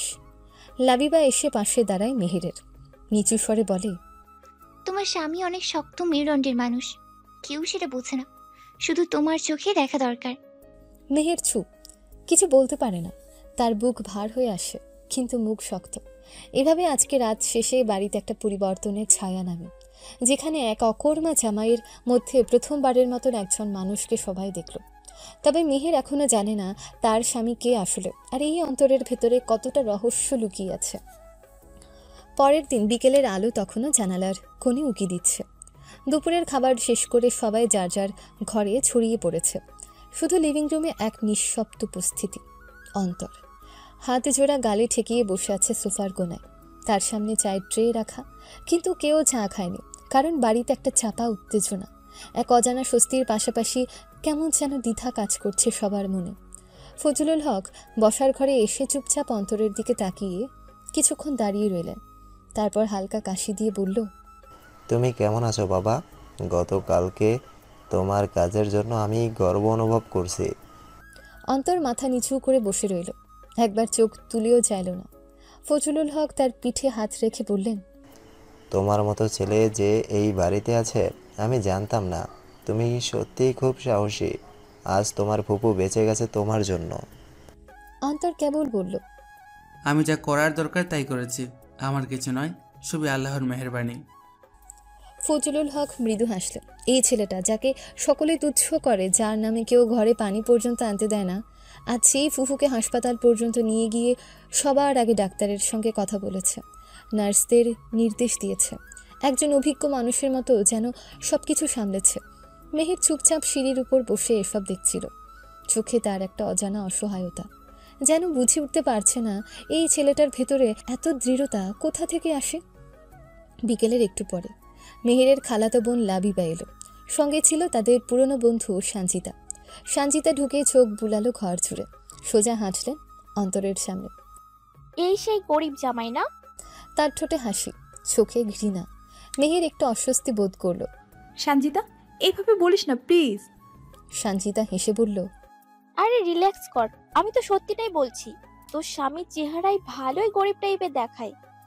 লাবিবা কিছুক্ষণ চুপ করে দাঁড়িয়ে থেকে বলল, চেহারার সাথে চরিত্রের কোনো সম্পর্ক নেই সঞ্জিতা, হয়তো অন্তর ভাই আমাদের সবার চেয়ে ভালো মানুষ। সঞ্জিতা চোখ কুচকে তাকালো। তুই এবার কবে থেকে এত দার্শনিক হলি রে লাবিবা? অন্তর কোনো কিছুতেই প্রতিক্রিয়া দেখালো না। সে যেন এসব কথার অনেক বাইরে থাকে। রাতে ঘরটা অন্ধকার, হালকা ছায়া জানালা দিয়ে ভেতরে পড়ছে। মেহের বিছানায় বসে আছে, হাতে 1 কাপ গরম দুধ, চোখে ভাবনা। অন্তর তখনও জানালার পাশে দাঁড়িয়ে বাইরের আকাশ দেখছে। মেহের হঠাৎ বলল, তুমি জানো আজকে তোমার জন্য কি বলেছে? অন্তর ধীরে ঘুরে তাকালো। আমার বন্ধু বলেছে তোমার মতো ছেলেকে পিয়ন বানালে বেশি মানাবে। কেউ জানে না তুমি আমার স্বামী, আর জানলে হাসির খোরাক হবে। অন্তর কিছু না বলেই ফিরে গেল। চুপচাপ টেবিল থেকে নিজের ওষুধটা নিয়ে আবার জানালার কাছে গিয়ে দাঁড়ালো। মেহের আবার বলল, তুমি কি ভাবো এইসব সহ্য করা খুব সহজ? অন্তর তখন নিচু গলায় বলল, তুমি এখনো ভাবো সবকিছু দেখায় বোঝা যায়? মানে তুমি যা দেখো তার পেছনে যে কত কিছু লুকিয়ে থাকে সেটা বোঝো না। মেহের হঠাৎ রেগে উঠল। তুমি কি আবার বুঝিয়ে বলতে চাও তুমি খুব কিছু? আমি জানি না, আমি যতটুকু দেখেছি তুমি একটা ব্যর্থ গরিব অকর্মা ছেলে। শুধু আব্বু আর লাবিবা ভালো বলে কেউ ভালো হয়ে যায় না। অন্তর ধীরে বিছানার পাশে গিয়ে বসল। ভালো মানুষ কখনো প্রমাণ দিয়ে বড় হয় না, সময় সব কিছু নিজেই বলে দেয়, আর আমি সেই সময়েরই অপেক্ষায় আছি। এ কথার পর ঘরে আর কিছু শোনা গেল না, শুধু ঘড়ির টিকটিক আর মেহেরের চোখের জলে নীরবতা ফেটে পড়ল। অন্তর ঘর থেকে বেরিয়ে গেল রাত 2টার দিকে। গ্যারেজের পেছনে দাঁড়িয়ে ফোন করলো অচেনা এক নম্বরে। সব কিছু ঠিকঠাক চলছে, এখনো কেউ কিছু জানে না। উপাস থেকে জবাব এলো, তুমি যেমন বলেছিলে ঠিক তেমনই কাজ করে যাও, কিন্তু সাবধানে। এখনো সময় হয়নি পরিচয় জানানোর। অন্তরের চোখ তখন কঠিন হয়ে উঠল। ওরা যা দেখছে সেটা আমি দেখাতে চেয়েছি, সময় আসুক সবাই আসলটা জানবে। পরের দিন সন্ধ্যার সময় ফজলুল হক তখনও অফিস থেকে ফেরেননি। নিচে বসার ঘরে অন্তর একটু থেমে দাঁড়ালো, তারপর নিঃশব্দে গিয়ে বারান্দার পাশে দাঁড়িয়ে রইল। রান্নাঘরের পাশে লাবিবার দেখা। লাবিবা তখন রান্নাঘর থেকে বের হচ্ছিল, হাতে পানির গ্লাস। অন্তরকে একা দাঁড়িয়ে থাকতে দেখে কিছুটা দ্বিধা নিয়ে এগিয়ে গেল। তুমি এই সময় বারান্দায় দাঁড়িয়ে কি করছো? লাবিবার কণ্ঠে ছিল কৌতূহল। অন্তর হালকা হাসি দিয়ে বলল, শান্তি খুঁজছে একটু। দিনের শেষ এক ফোঁটা নীরবতা ভালো লাগে, সারাদিন তো অনেক কাজ করে। লাবিবা একটু থেমে গ্লাসটা তার হাতে দিল। পানি খাও, শান্তি পাবে। অন্তর গ্লাস হাতে নিয়ে জিজ্ঞেস করল, তুমি আমার সাথে এভাবে কথা বলছো, বাইরে কেউ দেখলে অন্য কিছু ভেবে আবার অপমান করবে। লাবিবার চোখে ছিল সরলতা। কেন বলবে না? তুমি তো আমার বোনের স্বামী, সেটা হোক অনিচ্ছায় হলেও তো তুমি পরিবারের একজন। অন্তরের চোখে একটুখানি প্রশংসার ছায়া দেখা গেল। তোমার কথা ভালো লেগেছে লাবিবা। এই প্রথমবারের মতন অন্তর কারো মুখে সৌজন্য অনুভব করলো এই বাড়িতে। উপরে বারান্দার পাশ দিয়ে যাবার সময় মেহের তাদের কথা বলা দেখে ফেলেছিল। ভেতরে এক অজানা অস্বস্তি জন্ম নেয়। সে রুমে গিয়ে দরজাটা খুলে রাখে, যেন অন্তর দেখতে পায় যে সে নজরে রেখেছে। সন্ধ্যায় নাস্তার সময় ফজলুল হক না থাকায় সবাই বসে চা খাচ্ছিল। ফুফু হাসতে হাসতে বললেন, ছেলেটা কি এখনো কাজকর্ম কিছু শুরু করে নাই? মেহের এক চুমুক দিয়ে বলে উঠল, ও কাজ করবে কি করে? কাজ করতে গেলে কিছু তো থাকতে হয়। আমি ভাবছি ওকে রান্নাঘরে হেল্পার বানিয়ে দেই, আয়েশার সাথে কাজ শিখুক। সবার মুখে চাপা হাসির ঢেউ ওঠে। অন্তর চুপচাপ নিচু মাথায় বসে থাকে। রান্নাঘরে আয়েশা চায়ের কাপ পরিষ্কার করছিল। হঠাৎ অন্তর পেছনে দাঁড়ানো দেখে একটু চমকে উঠল। আপনি এখানে? কি লাগবে ভাইয়া? অন্তর মাথা নাড়ল। না কিছু লাগবে না, এমনি দাঁড়িয়ে আছি। আয়েশা বলল, আপনাকে সবাই নিয়ে হাসে, অপমান করে। আমিও প্রথম দিন আপনাকে অপমান করেছিলাম, যেদিন প্রথম আপনি এই বাড়িতে পা রাখেন। কিছু মনে করবেন না ভাইয়া, পারলেই ছোট বোনটাকে ক্ষমা করে দিবেন। না আয়েশা, আমি কিছু মনে করিনি। তুমি তোমার ভুলটা বুঝতে পেরেছো, এটাই তো অনেক। আর আমি সেদিন যেভাবে এসেছিলাম সেভাবে যে কেউ দেখলে আমাকে এমনই অপমান করতো। কিন্তু আমি জানি আপনি সেই রকম না, আপনার চোখে সাহস আছে। অন্তর মৃদু হেসে উত্তর দিল, সবাই যা দেখে সবসময় তা সত্যি হয় না আয়েশা। রাত নেমে এসেছে। মেহের নিজের রুমে ঢুকে দরজা বন্ধ করে দেয়, লাইট অফ করে বিছানায় গা এলিয়ে দেয়। অন্যদিকে অন্তর ছাদে দাঁড়িয়ে আকাশের দিকে তাকিয়ে থাকে। পকেট থেকে ফোন বের করে 1 নম্বরে কল করে। ওপাশে কেউ রিসিভ করলে সে বলে, সব কিছু ঠিকঠাক, এখনো কেউ কিছু টের পায়নি, পরিচয় গোপন রেখেছি বলে ফোনটা কেটে দেয়। তখনই ফোনে আরেকটা মেসেজ আসে। মেসেজে লেখা ছিল, this month's revenue is 200 crore and new deal confirmed in USA. মেসেজটা পড়ার পর অন্তর নিচের দিকে তাকায়। একটু দূরের জানালায় মেহেরকে দেখে মনে মনে বলে ওঠে, তুমি আমাকে যত দূরে সরিয়ে দাও আমি ততটাই কাছাকাছি আসব, কিন্তু যখন সত্যি জানবে কে আমি, তখন আর নিজেকে দূরে রাখতে পারবে না। ওই দিন নিজের চোখকে বিশ্বাস করতে পারবে না মেহের। একটা গা শিরশিরে রাত নেমে আসে চুপচাপ। শহরের আলো নিভে আসে ধীরে ধীরে, কিন্তু অন্তরের চোখে তখনও নিভেনি একটাই জ্বলন্ত প্রতিজ্ঞা। অপমানের প্রতিশোধ নয়, বরং ভালোবাসার প্রমাণ।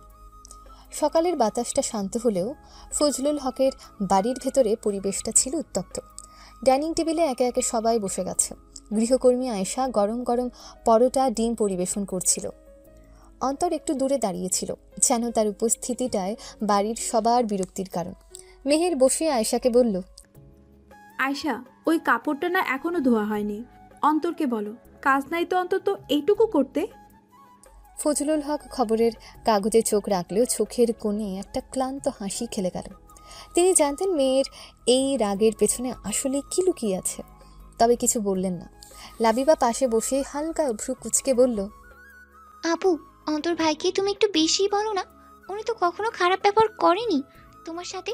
ওনার সাথে কি একটু সম্মান দিয়ে কথা বলা যায় না? উনি তো তোমার স্বামী হন। মেহের চোখ বড় বড় করে তাকালো। তুই কি বলতে চাইছিস লাবিবা? আর তোর তার প্রতি এত দরদ কিসের? যে যেমন তার সাথে তেমন ব্যবহার করারই দরকার। না, তেমন কিছু না, কিন্তু উনি তো। থাম, দরকার নেই আমাকে শেখাতে। আমি জানি কাকে কি বলা উচিত আর কতটুকু সম্মান দেওয়া উচিত। অন্তর নিঃশব্দে দাঁড়িয়ে সব শুনছিল। এরপর ধীরে ধীরে নিজের প্লেটে ভাত তুলে নিল, চুপচাপ খেতে লাগলো।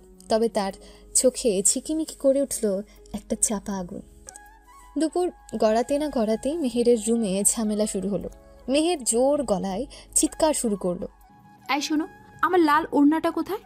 কালকেই বলেছিলাম আয়রন করতে, তুমি শোনোনি কিছু? আয়রন করলে না কেন? অন্তর তাকেই রইল কিছুক্ষণ, তারপর ধীর কণ্ঠে বলল, তুমি যদি শুধু হুকুম করতে চাও তাহলে হুকুমের জায়গাটা আলাদা করে ঠিক করে দাও। আমি স্বামী নয়, চাকর হিসেবে দায়িত্ব পালন করব। মেহের দাঁড়িয়ে গেল, চোখে বিদ্রুপ। তুমি স্বামী? হাস্যকর। হ্যাঁ, কাগজে কলমে স্বামী হয়তো, কিন্তু তুমি আমার কিচ্ছু না, আর হবেও না কখনো, বুঝেছ? যত তাড়াতাড়ি পারি তোমার থেকে মুক্তি নিয়ে নেব আমি। অন্তর এক পা এগিয়ে এলো, চোখে একটা অদ্ভুত নীরবতা। এই ঘরটা আমার জন্য একটা পরীক্ষা, আর তুমি সেই পরীক্ষার কষ্টদায়ক প্রশ্নপত্র। মেহের কিছুক্ষণ চুপ করে তাকিয়ে রইল। এমন কথা সে কখনো শোনেনি। তারপর হঠাৎ মুখ ঘুরিয়ে জানালার দিকে চলে গেল, চোখে কেমন যেন অস্বস্তি। রাতে অন্তর নিচে স্টোররুমে নেমে গেল। বাতিটা জ্বলে উঠতেই ধুলো ধুলো একটা পুরনো ট্রাঙ্ক টেনে বের করলো, খুলে ফেললো ঢাকনা। ভেতরে রাখা ছিল একটা কালো গ্লোভস, একটা চকচকে সোনালি সিগনেট রিং যেখানে ইংরেজিতে খোদাই করা AAC, আর একটা লাল কভারে মোড়া মোটা ফাইল। ঢাকনা খুলতে দেখা গেল নয়ন আহমেদ অন্তর গ্রুপ অফ ইন্ডাস্ট্রিজ নামটি। অন্তর ফাইলের মলাটে হাত বুলিয়ে মৃদু হেসে বলল, তুমি হয়তো ভাবো আমি তোমার যোগ্য নই মেহের, কিন্তু এই খেলাটা আমি বানিয়েছি, আর খেলোয়াড় তুমি। জানো না আমি তোমাকে কতটা ভালোবাসি। রাত গভীর হলে মেহের একা বারান্দায় দাঁড়িয়েছিল। হালকা ঠান্ডা বাতাসে চুল উড়ছিল। অন্তরের কথাগুলো যেন বারবার কানে বাজছিল। এই ঘরটা আমার জন্য একটা পরীক্ষা, আর তুমি সেই পরীক্ষার কষ্টদায়ক প্রশ্নপত্র। অজান্তে একটা দীর্ঘ নিঃশ্বাস বেরিয়ে এলো তার বুক থেকে। বাড়ির ভেতর সকালের আলো থমথমে পরিবেশ সেই ঢুকে পড়েছে। ডাইনিং টেবিলে সকালের নাস্তা চলছে। টেবিলের এক কোণে চুপচাপ বসে আছে অন্তর, চোখ নিচু, গলায় বিনয়ের ছাপ। আরেক পাশে বসে আছে মেহের, চোখে ঠান্ডা অবজ্ঞা। মেহের গলায় কষ্টকর একটা হাসি ঝুলিয়ে বলে উঠল, আচ্ছা অন্তর, আজকে কি তুমি একটু ছাদটা ঝেঁটে দিবে? গতকাল 2.5 ইট পড়েছিল ওখানে, আমাদের কাজের মেয়েটা পারবে না। আয়েশা চুপচাপ দাঁড়িয়েছিল পাশে, সে মুখ নামিয়ে ফেলল। অন্তর হালকা মাথা নেড়ে বলল, হ্যাঁ আমি করে দিচ্ছি, চিন্তা করো না। লাবিবা সবে ঢাকায় এসেছে কয়েকদিন হলো। সে পাশের চেয়ারে বসে এই দৃশ্যটা লক্ষ্য করছিল, চোখে একটু অস্বস্তির ছাপ, কিন্তু কিছু বলল না। খাবার শেষ করে যখন অন্তর উঠে দাঁড়ালো, সে হঠাৎ বলে উঠল, আচ্ছা ভাইয়া, আমি তোমার সঙ্গে একটু গল্প করতে পারি? অন্তর একটু অবাক হলেও হাসল। হ্যাঁ অবশ্যই পাবো, রান্নাঘরের পাশে একটু জায়গা আছে, ওখানেই বসি। তারা দুজন একটু দূরেই একটা বেঞ্চে বসে পড়ল। আয়েশা চা দিয়ে গেল। লাবিবা একটু হেসে বলল, তোমার চেহারায় এমন একটা প্রশান্তি আছে, অথচ এখানে সবাই তোমাকে এমনভাবে দেখে যেন তুমি কিছুই না। অন্তর এক গাল হেসে শুধু বলল, সবাই সব কিছু দেখে না, সময় দেখাবে। ছাদের দরজা হালকা ফাঁকা। মেহের চুপচাপ দাঁড়িয়েছিল সিঁড়ির পাশে। অন্তরা লাবিবার কথাগুলো তার কানে আসছে, হাসির শব্দ, মাঝে মাঝে দু একটা নরম কথাবার্তা। মেহেরের বুকের ভেতরে কিছু একটা জ্বলে উঠল। ঠোঁট কামড়ে ছাদে উঠে গেল সে, একা দাঁড়িয়ে থাকলো। অন্ধকারে চোখ ফেলে ভাবতে লাগলো, কেন যেন ওদের হাসিটা আমার সহ্য হচ্ছে না। ওহ গড, কি করি আমি? রাতে ফজলুল হক বাড়ি ফিরেছে। খাওয়া দাওয়ার পর সবাই নিজেদের রুমে। লাবিবা এবারও নিচের সোফার এক কোণে বসে, চায়ের কাপ হাতে। পাশে বসে আছে অন্তর। তুমি জানো অন্তর ভাই, তোমার মতো মানুষের সহচার্য পাওয়া ভাগ্যের ব্যাপার। অন্তর হাসল। সবাই নিজেদের মতো সংগ্রাম করে, আমারও একটা গল্প আছে যা বলার সময় আসেনি। লাবিবা হালকা গলায় বলল, যেদিন বলতে ইচ্ছে করবে আমি শুনবো। আশা করি তোমার গল্প খুবই ইন্টারেস্টিং হবে। রাত অনেক, ঘড়ির কাঁটা 12টার ঘরে থেমে আছে। মেহের বিছানায় শুয়ে আছে, চোখ খোলা। আজকে তার বুকটা যেন ভার হয়ে আছে। অন্তরকে ঘৃণা করার বদলে তার কথাগুলো মাথায় ঘুরপাক খাচ্ছে। হঠাৎ নিজের মধ্যে একটা কণ্ঠ বলে উঠল, যদি অন্তর সত্যি এমন হয় তাহলে আমি এতদিন কি করলাম? আসলেই তো ছেলেটাকে এত অপমান করি, তবুও কিছু রিয়েক্ট করে না, সব সহ্য করে নেয়। কোনো উত্তর ছিল না। ঘর অন্ধকার, কিন্তু মেহেরের ভেতরের অন্ধকার আরও গাঢ় হয়ে উঠেছে। সকালবেলা ঘরের ভেতর নরম আলো, জানালা দিয়ে সকালের মৃদু রোদের ছায়া বিছানায় এসে পড়েছে। চারপাশে এক ধরনের শান্ত পরিবেশ, কিন্তু এই নিস্তব্ধতার ভেতরেও একটা অজানা অস্বস্তি যেন ঘুরপাক খাচ্ছে। মেহের ধীরে ধীরে চোখ মেলে দেখে অন্তর জানালার পাশে বসে আছে চুপচাপ। চোখ তার বাইরে, কিন্তু মন যেন কোথাও অন্যখানে। তাকে দেখে প্রথমে কিছু না বলে চুপচাপ তাকিয়ে রইল মেহের। সে পুরনো অভিমান, রাগ যেন হঠাৎ কোথায় যেন হালকা হয়ে গেছে। অথচ মেহের নিজেই জানে না কেন। অন্তর ধীরে তাকায় তার দিকে, চোখে কোনো অভিযোগ নেই, কেবল নিঃশব্দ একটা প্রশ্ন, তুমি আজ কথা বলবে তো? মেহের উঠে বসে, একটা হালকা কাঁথা গায়ে, গলার স্বর ঠান্ডা, তবে আজ কেমন যেন অতটা কর করে নয়। এত ভোরে উঠে পড়েছো কেন? আর এখানে এভাবে বসে আছো কেন? কি নিয়ে এত চিন্তা করছো?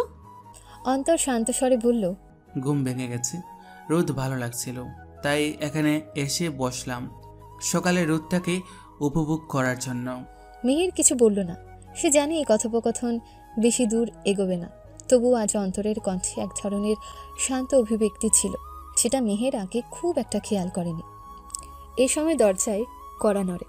লাবিবা হাতে এক কাপ চা আর বিস্কুট নিয়ে ঘরে ঢোকে, চোখে মুখে হাসি, কণ্ঠে স্বাভাবিক সৌজন্য। ভাইয়া, মানে আমাদের জামাইবাবু, চা খেয়ে নাও। মেয়েরাপু, তুমিও আসো। মেহের কেমন যেন থমকে যায়। লাবিবার মুখে জামাইবাবু শব্দটা কেমন অস্বস্তি এনে দেয়। সে যেন ভুলে যেতে চায় এই লোকটা তার স্বামী। অন্তর ধন্যবাদ জানিয়ে চা নিল। মেহের তাকিয়েই রইল, তারপর উঠে রুম ছাড়ল।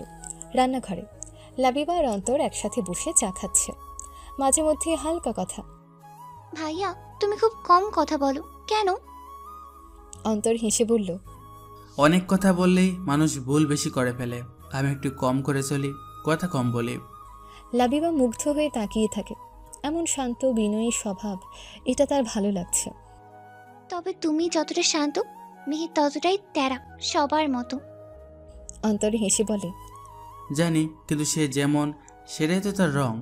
মানুষ নিজের মতো করে সুন্দর, আমি এসব কিছু মনে করি না, একদিন সে নিজেই বুঝবে। লাবিবার চোখে যেন একটু অন্য আলো। সে আরও কিছু বলতে গিয়েও চুপ করে যায়। অন্যদিকে মেহেরের ঘরে মেহের আয়নার সামনে দাঁড়িয়ে নিজের চোখে তাকিয়ে থাকে, নিজেকে প্রশ্ন করে, আমি কেন চুপ করে গেলাম? আমি তো চাইলে ঝাড়ি দিতে পারতাম ওকে, কেন পারলাম না? কি হলো আমার? সে নিজের মনে কেমন এক দ্বিধা অনুভব করছে। অন্তরের শান্ত আচরণ, কথা না বলার এই অভ্যেস, সব মিলিয়ে ওকে বোঝা যাচ্ছে না, আর এই না বোঝাটাই মেহেরকে ব্যথা দিচ্ছে। সন্ধ্যার সময় ফজলুল হক অন্তরকে নিজের ঘরে ডাকেন। তোমার ব্যবহার, ধৈর্য সব দেখে আমি খুব খুশি অন্তর। মেহের একটু রাগী মেয়ে, কিন্তু তুমি ওকে তোমাকে বুঝতে শেখাবে। অন্তর মাথা নিচু করে বলে, আমি চেষ্টা করছি আঙ্কেল। ফজলুল হক চোখে স্নেহ মেখে বলেন, তুমি আমার জামাই না, আমি তোমাকে নিজের ছেলের জায়গায় রাখি। অন্তরের চোখে জল আসার মতো হয়, কিছু বলা হয় না তার মুখ থেকে। রাতে মেহের আর লাবিবার মধ্যে কথোপকথন।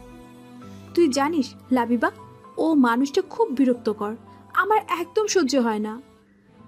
লাবিবা হেসে বলে, আমি তো দেখি উল্টো, খুব ভদ্র, শান্ত আর একটু গম্ভীর, কিন্তু মানুষ ভালো। মেহের বিরক্ত হয়ে উঠে পড়ে। তুই ওর পক্ষ নিচ্ছিস? তুই কে হোস ওর, যে তুই সব সময় ওর পক্ষে কথা বলিস? লাবিবা কোমলভাবে বলে। না আপু, আমি শুধু দেখছি। আর জানিস, আমার ওর সঙ্গে কথা বলতে ভালো লাগে। মেহের চুপ করে যায়। বুকের ভেতর যেন কিছু একটা খচ করে ওঠে, কিন্তু সেটা কি তা সে জানে না। রাত গভীর। অন্তর একা ছাদে বসে আকাশের দিকে তাকিয়ে আছে। চোখে তার কিছু স্বপ্ন, কিছু অভিমান, আর কেমন যেন এক গভীর নীরবতা। রাতটা নীরবতাতেই কেটে গিয়েছিল। ফজলুল হক রাতে খেতে খেতে উঠে গিয়েছে নিজের ঘরে, ক্লান্ত মুখে। বাসার পরিবেশটা আজকাল যেন একদম চুপচাপ, অথচ এই বাড়িটা কিছুদিন আগেও কেমন প্রাণচঞ্চল ছিল। নতুন জামাই আসার পর সবাই যেন অদৃশ্য একটা বেড়াজালে আটকে আছে। অন্তর কিছু বলে না। মেহের তো আরও গুমট। লাবিবা মাঝে মাঝে একটু চুপ করে দুজনকে দেখে। পরদিন সকাল, খাবারের টেবিলে মেহের চুপচাপ এসে বসে। ওর চুল এলোমেলো, চোখে ঘুমের রেশ। অন্তর এক কোনায় বসে আছে, সামনে শুধু 2টা শুকনো রুটি। মেহের তাকিয়ে দেখলো ডিম রাখা আছে, কিন্তু সে নেয়নি। মেহের সেই ডিমটা অন্তরের প্লেটে দিয়ে বলল, খাও, তোমার ডিম খাওয়া দরকার। অন্তর চোখ তুলে তাকালো, চোখে এক ধরনের বিস্ময়। মেহের মুখ ঘুরিয়ে বলল, রোজ রোজ শুধু শুকনো রুটি খেয়ে চলবে না, কাজ করো তো সারাদিন। অন্তর কিছু বলল না। ডিমটা তুলে নিল ধীরে ধীরে। একটুখানি হাসি ঠোঁটের কোণে জমে উঠেছিল। অন্তরের ভেতরে যেন কেউ আলতো করে হাত রেখেছে। খাবারের পর্ব শেষ করে ছাদে লাবিবা আর অন্তর দাঁড়িয়ে আছে। দুজনেই 1 কাপ করে চা হাতে নিয়ে চুপচাপ আকাশ দেখছে। হঠাৎ লাবিবা বলল, তুমি হয়তো জানো না, মেহের আপু আসলে অনেক ভয় পায় ভেতরে ভেতরে। অন্তর তাকালো লাবিবার দিকে। ভয়? কিসের ভয়? হ্যাঁ, সে ভয় পায় কাউকে বিশ্বাস করতে। খুব ছোট থেকেই শিখেছে, বিশ্বাস করলেই কষ্ট পেতে হয়। একটু থেমে আবার বলল, তোমার থেকে সে দূরেই থাকে, কারণ সেই ভয় পায় যদি তুমি অন্যরকম কিছু হও। অন্তরের গলায় একটা ভার জমে উঠল। ধীরে বলল, আমি প্রতিদিন চেষ্টা করি ওকে বোঝার, হয়তো একদিন বুঝবে। এই কথার সময় নিচের তলায় জানালা দিয়ে দাঁড়িয়ে দেখছে তারা দুজন উপরে। চোখ সরিয়ে নিল দ্রুত। নিজেকে নিজে প্রশ্ন করল, ও এত কথা বলে, আমার সঙ্গে তো কখনো একটা বাক্য গুছিয়ে বলে না। রাত 10:30। অন্তর নিজের ঘরে শুয়ে আছে একা। চোখ বন্ধ করে থাকতে চাচ্ছে, কিন্তু মাথা ঘুরছে। একটু জ্বর এসেছে বুঝতে পারছে, কিন্তু কাউকে বলেনি। মেহের নিজের ঘর থেকে বের হয়ে রান্নাঘরের দিকে গেল। হঠাৎ থেমে গেল করিডোরে। অন্তরের ঘরের দরজা আধা খোলা, ভেতরে আলো নরম। সে এক মুহূর্তে দাঁড়িয়ে রইল, কিছু অনুভব করলো, একটা অস্থিরতা। মেহের ঘরে ঢুকে দেখে অন্তর শুয়ে আছে এবং একটু একটু করে কাঁপছে। অন্তরের শরীরে হাত দিয়ে দেখল জ্বর এসেছে। মিনিট 5 পর মেহের হাতে ভিজে তোয়ালে আর একটা মগ নিয়ে অন্তরের ঘরে ঢুকলো। তুমি শুয়ে থাকো, কথা বলো না। অন্তর তাকিয়ে দেখল মেহের কপালে তোয়ালে রাখছে, গরম জল চেপে দিচ্ছে কপালে। অন্তর আসতে বলল, তুমি? শান্ত থাকো, জ্বর বেড়েছে তোমার, মাথা ঠিক রাখতে হবে। কাল আবার কাজ আছে তো, এক জায়গায় যেতে হবে। মেহেরের কণ্ঠে বিরক্তি নয়, শুধু দায়িত্ব। অন্তর চোখ বন্ধ করলো, অনুভব করলো এই মেয়েটা আস্তে আস্তে কোথাও একটা জায়গা করে নিচ্ছে ওর ভেতরে। রাত গভীর। অন্তর ঘুমিয়ে পড়েছে। মেহের ওর বিছানার পাশে বসে আছে চুপচাপ, চোখে একটা অন্যরকম কোমলতা। অন্তরের কপালের দিকে তাকিয়ে খুব নিঝুর স্বরে বলল, তুমি না বললেও আমি বুঝি, আমি জানি তুমি কেমন ছেলে, কিন্তু কেন যে মানতে পারছি না আমি নিজেও জানি না। সকালবেলা সূর্যের আলো ঝিলমিল করতে অন্তর ধীরে ধীরে চোখ খুলে। মাথায় তোয়ালে পেঁচানো ছিল, যেন সারা রাতের ক্লান্তি থেকে কিছুটা মুক্তি পেতে চায়। তার পাশে টেবিলের উপর ছিল এক প্যাকেট ওষুধ, আর এক পাশে রাখা ছিল পানি ভর্তি বোতল। নিশ্চয় মেহের এসব রেখেছে। অন্তরের চোখের কোণে একটু ভাঁজ পড়ে, তার মনে মিশ্র অনুভূতি।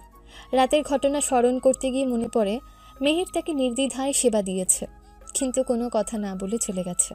তবুও তার যত্নের প্রতি অন্তরের হৃদয়ে এক গভীর শোক আর আবেগের অনুভূতি জাগে।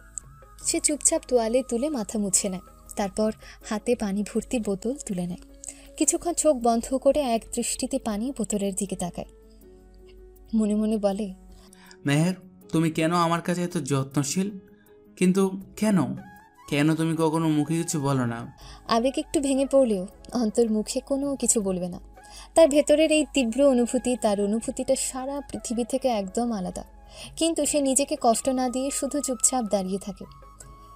এভাবে মেহেরের প্রতি তার এক অজানা অনুভূতি শুরু হয়, কিন্তু কোনো কিছু প্রকাশ না করে সে নিজের চিন্তা আর আবেগ নিজের মধ্যে রেখে দেয়। এই সকালের মুহূর্তটাতে অন্তরের ফোনে একটা মেসেজ এলো। This month's revenue is 210 crore.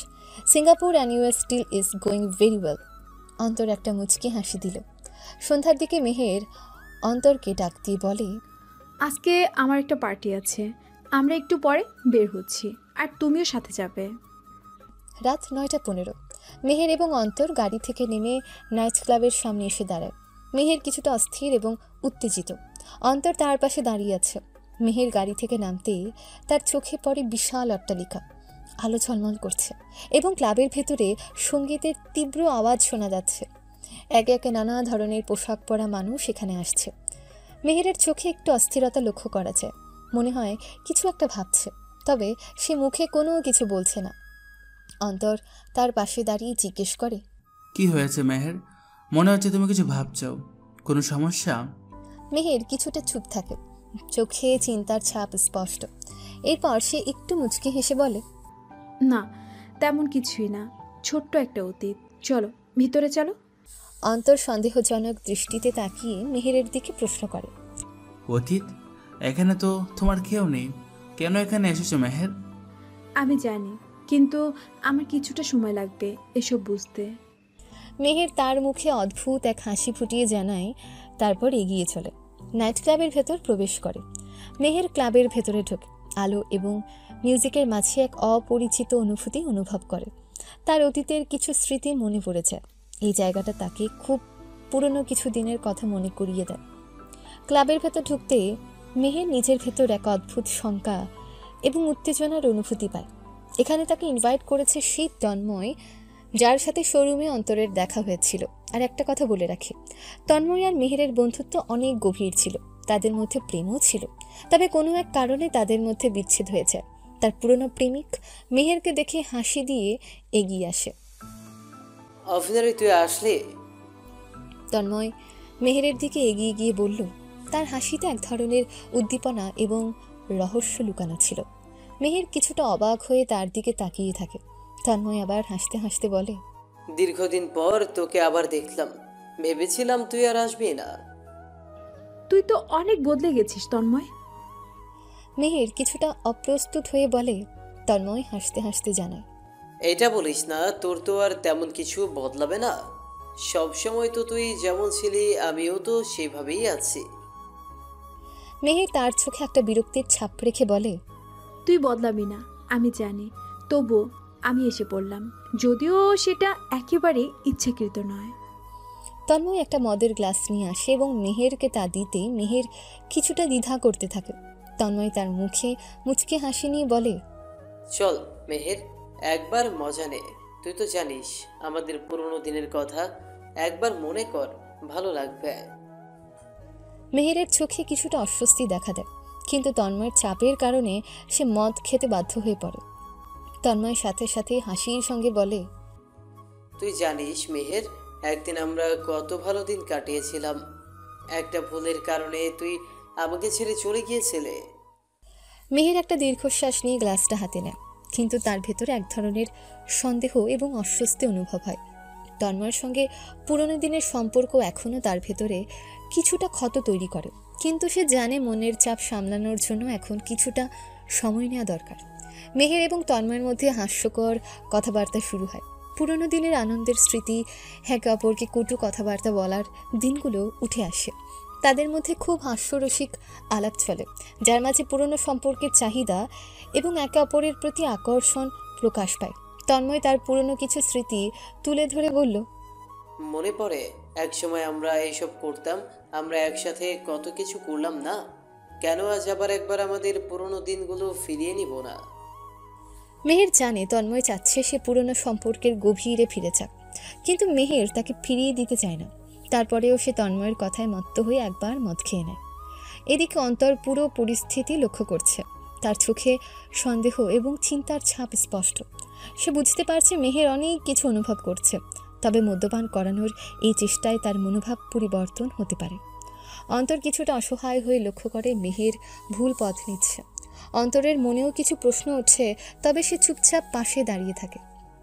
মেহেরকে স্বাভাবিক করতে চেষ্টা করছে। মেহের মদ্যপান করার পর কিছু সময় চুপ হয়ে যায়, তারপর তন্ময়ের দিকে তাকিয়ে বলে, তুই জানিস তন্ময়, কিছু সম্পর্ক একসময় খুব ভালো ছিল, কিন্তু এখন আমার মনে হয় এসব আর না। তন্ময় হেসে বলে, তুই এসব কি বলছিস মেহের? সব কিছু আবার ঠিক হয়ে যাবে। একে অপরকে ভালোবাসলে সব কিছু মাফ হয়ে যায়। এখানে মেহের অবশেষে নিজের নিয়ন্ত্রণ হারিয়ে ফেলে। তন্ময়ের প্রলোভন ছাড়িয়ে যাওয়ার চেষ্টা করে। অন্তর তার পাশে দাঁড়িয়ে তাকে কিছুটা চুপচাপ সাহায্য করে। তবে এখন মেহের বুঝতে পারে জীবনে কিছু পুরনো সম্পর্ক কখনোই ফিরে পেতে চাওয়া উচিত নয়। রাত প্রায় 12:30। ক্লাবের সামনে কালো রঙের গাড়িটা দাঁড়িয়ে আছে। চারপাশে হালকা কুয়াশার মতন আলো আর অদ্ভুত নিস্তব্ধতা। ভেতর থেকে ধীরে ধীরে বেরিয়ে এলো অন্তর, সঙ্গে নেশাগ্রস্ত মেহের। সে পুরোপুরি নিজেকে ধরে রাখতে পারছে না, শরীরটা এলিয়ে পড়ছে, হাঁটার ভারসাম্য নেই। অন্তর গভীর মুখে এক হাতে মেহেরের কোমর ধরে তাকে গাড়ির দিকে নিয়ে যাচ্ছে। ক্লাবের লোকজন কেউ কিচ্ছু বলছে না, কারণ সে চোখে এখন একরকম শাসন আর রাগ। কারো সাহস হচ্ছে না বাধা দেওয়ার। গাড়ির দরজা খুলে মেহেরকে আস্তে করে বসিয়ে দেয় অন্তর। তারপর গাড়িতে উঠে নিজেও সিট বেল্ট বেঁধে ড্রাইভ করতে শুরু করে। মেহের যেন হঠাৎ খুব গভীর কিছু ভাবছে। তার চোখ বুজে আসে, আবার হঠাৎ খুলে বলে ওঠে, অন্তর তুমি খুব সুন্দর জানো। অন্তর কিছু বলে না, এক হাত মেহেরকে ধরে অন্য হাতে স্টিয়ারিং ধরে গাড়ি চালাতে শুরু করে। মেহের আবার বলে, তুমি জানো আমার সব প্রেমিক আমার সঙ্গে খেলেছে। তন্ময়, ও আমাকে মিথ্যে বলেছিল ও আমায় বিয়ে করবে।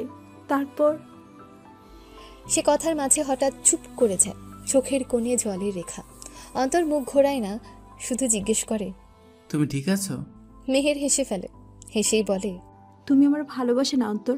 তুমি তো আমাকে ছেড়ে যাবে না, তাই না? বলো না প্লিজ। আমি তো ভালোবাসতে চেয়েছিলাম, বুঝতে পারোনি। তার গলা কেঁপে ওঠে। নেশাগ্রস্ত হলেও কিছু কথা হৃদয়ের গভীর থেকে উঠে আসে। অন্তর চুপ। বাইরে রাতের হাওয়া গাড়ির জানালার কাঁচে আঘাত করছে। রাস্তায় সিগন্যাল পড়েছে লাল। সে থামে, পাশ ফিরে মেহেরের দিকে তাকায়।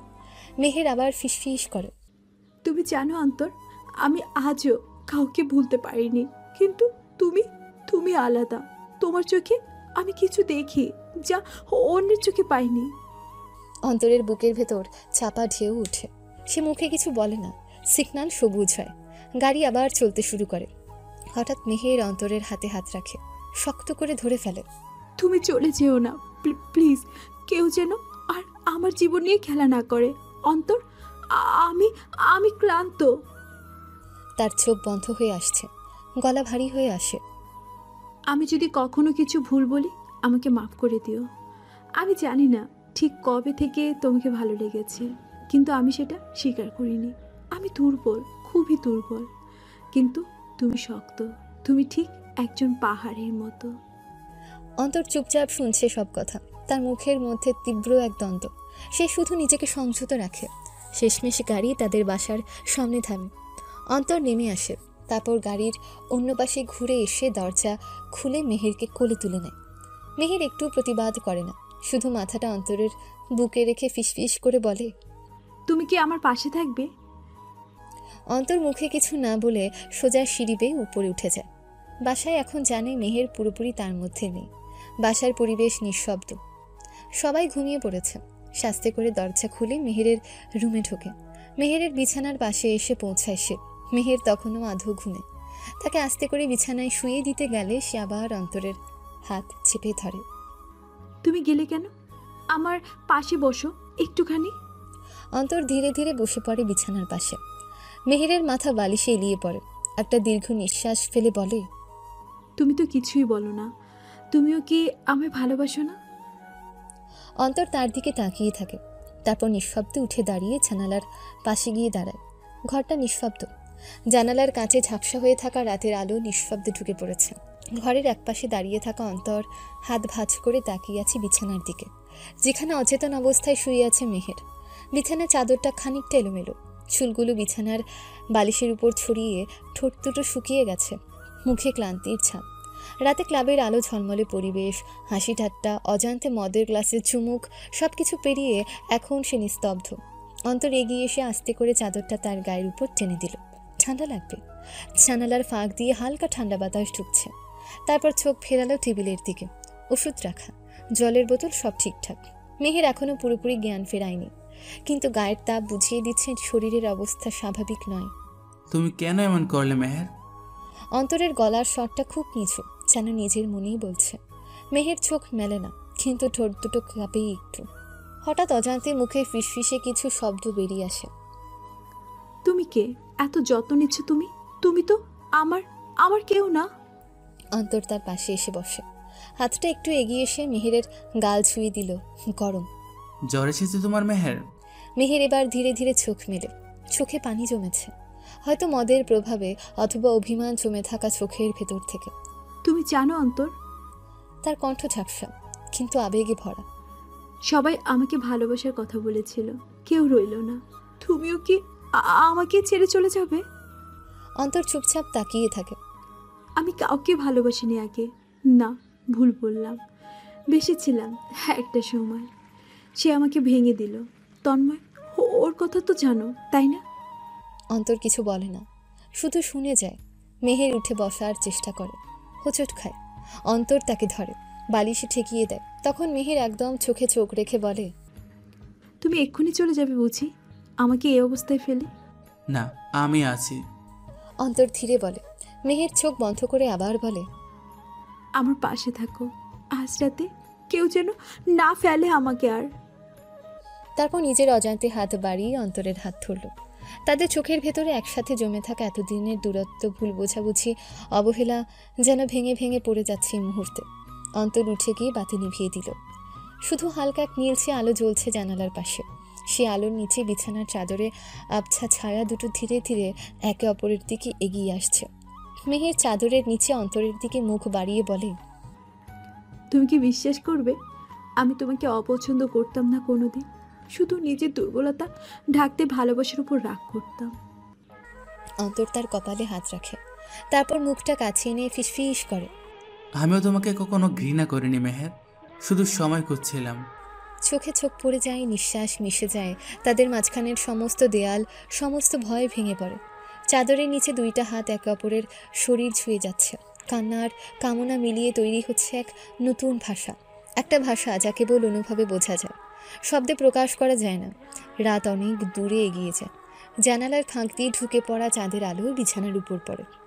একসময় মেহের কাঁধে মাথা রেখে ঘুমিয়ে পড়ে, আর অন্তর তার চুলে আঙুল বুলিয়ে দেয়। তাদের ভেতরকার সম্পর্ক এখন শুধু বৈধ কাগজের সীমায় নয়, একে অপরের হৃদয়ে গভীরভাবে গেঁথে গেছে। দর্শকের উদ্দেশ্যে একটা কথা বলতে চাই। আপনারা হয়তো বুঝে গেছেন তাদের মধ্যে কি ঘটে গেছে, সেটা নিয়ে আর বিস্তারিতভাবে কিছু বর্ণনা করলাম না। হালকা আলোয় ঘরটা ডুবে আছে, জানালার পর্দা সামান্য সরে গেছে। সেখান দিয়ে ঢুকে পড়ছে রোদের প্রথম আভা। বাইরে পাখির ডাক, নিঃশব্দ সকালে। শহরের ব্যস্ততা এখনও শুরু হয়নি, অথচ ঘরের মধ্যে নিস্তব্ধতা। হঠাৎই মেহেরের চোখ দুটো হঠাৎ বড় বড় হয়ে ওঠে। তার গায়ের উপর একখানা কম্বল, শরীর ঘামছে হালকা। সে কিছুটা সময় বুঝে উঠতে পারে না কোথায় আছে, কি করছে, কিন্তু মুহূর্তের মধ্যে চোখ পড়ে তার মাথায় ঠেস দেওয়া এক বুকের উপর, আর সেই বুক অন্তরের। তারপর একটা নিঃশ্বাসে সব মনে পড়ে যায়। আগের রাত, ক্লাবের ঝলমলে আলো, তন্ময়ের মুখ, হাসি ঠাট্টা, মদের স্বাদ। তারপর অন্তরের কোলে ফিরে আসা, ঘরে ফেরার অন্ধকার। চোখে চোখ, ঠোঁটে ঠোঁট, শরীরে শরীর, নীলচে দাগ, ঠোঁটে কামড়ের চিহ্ন, গলায় আঁচড়।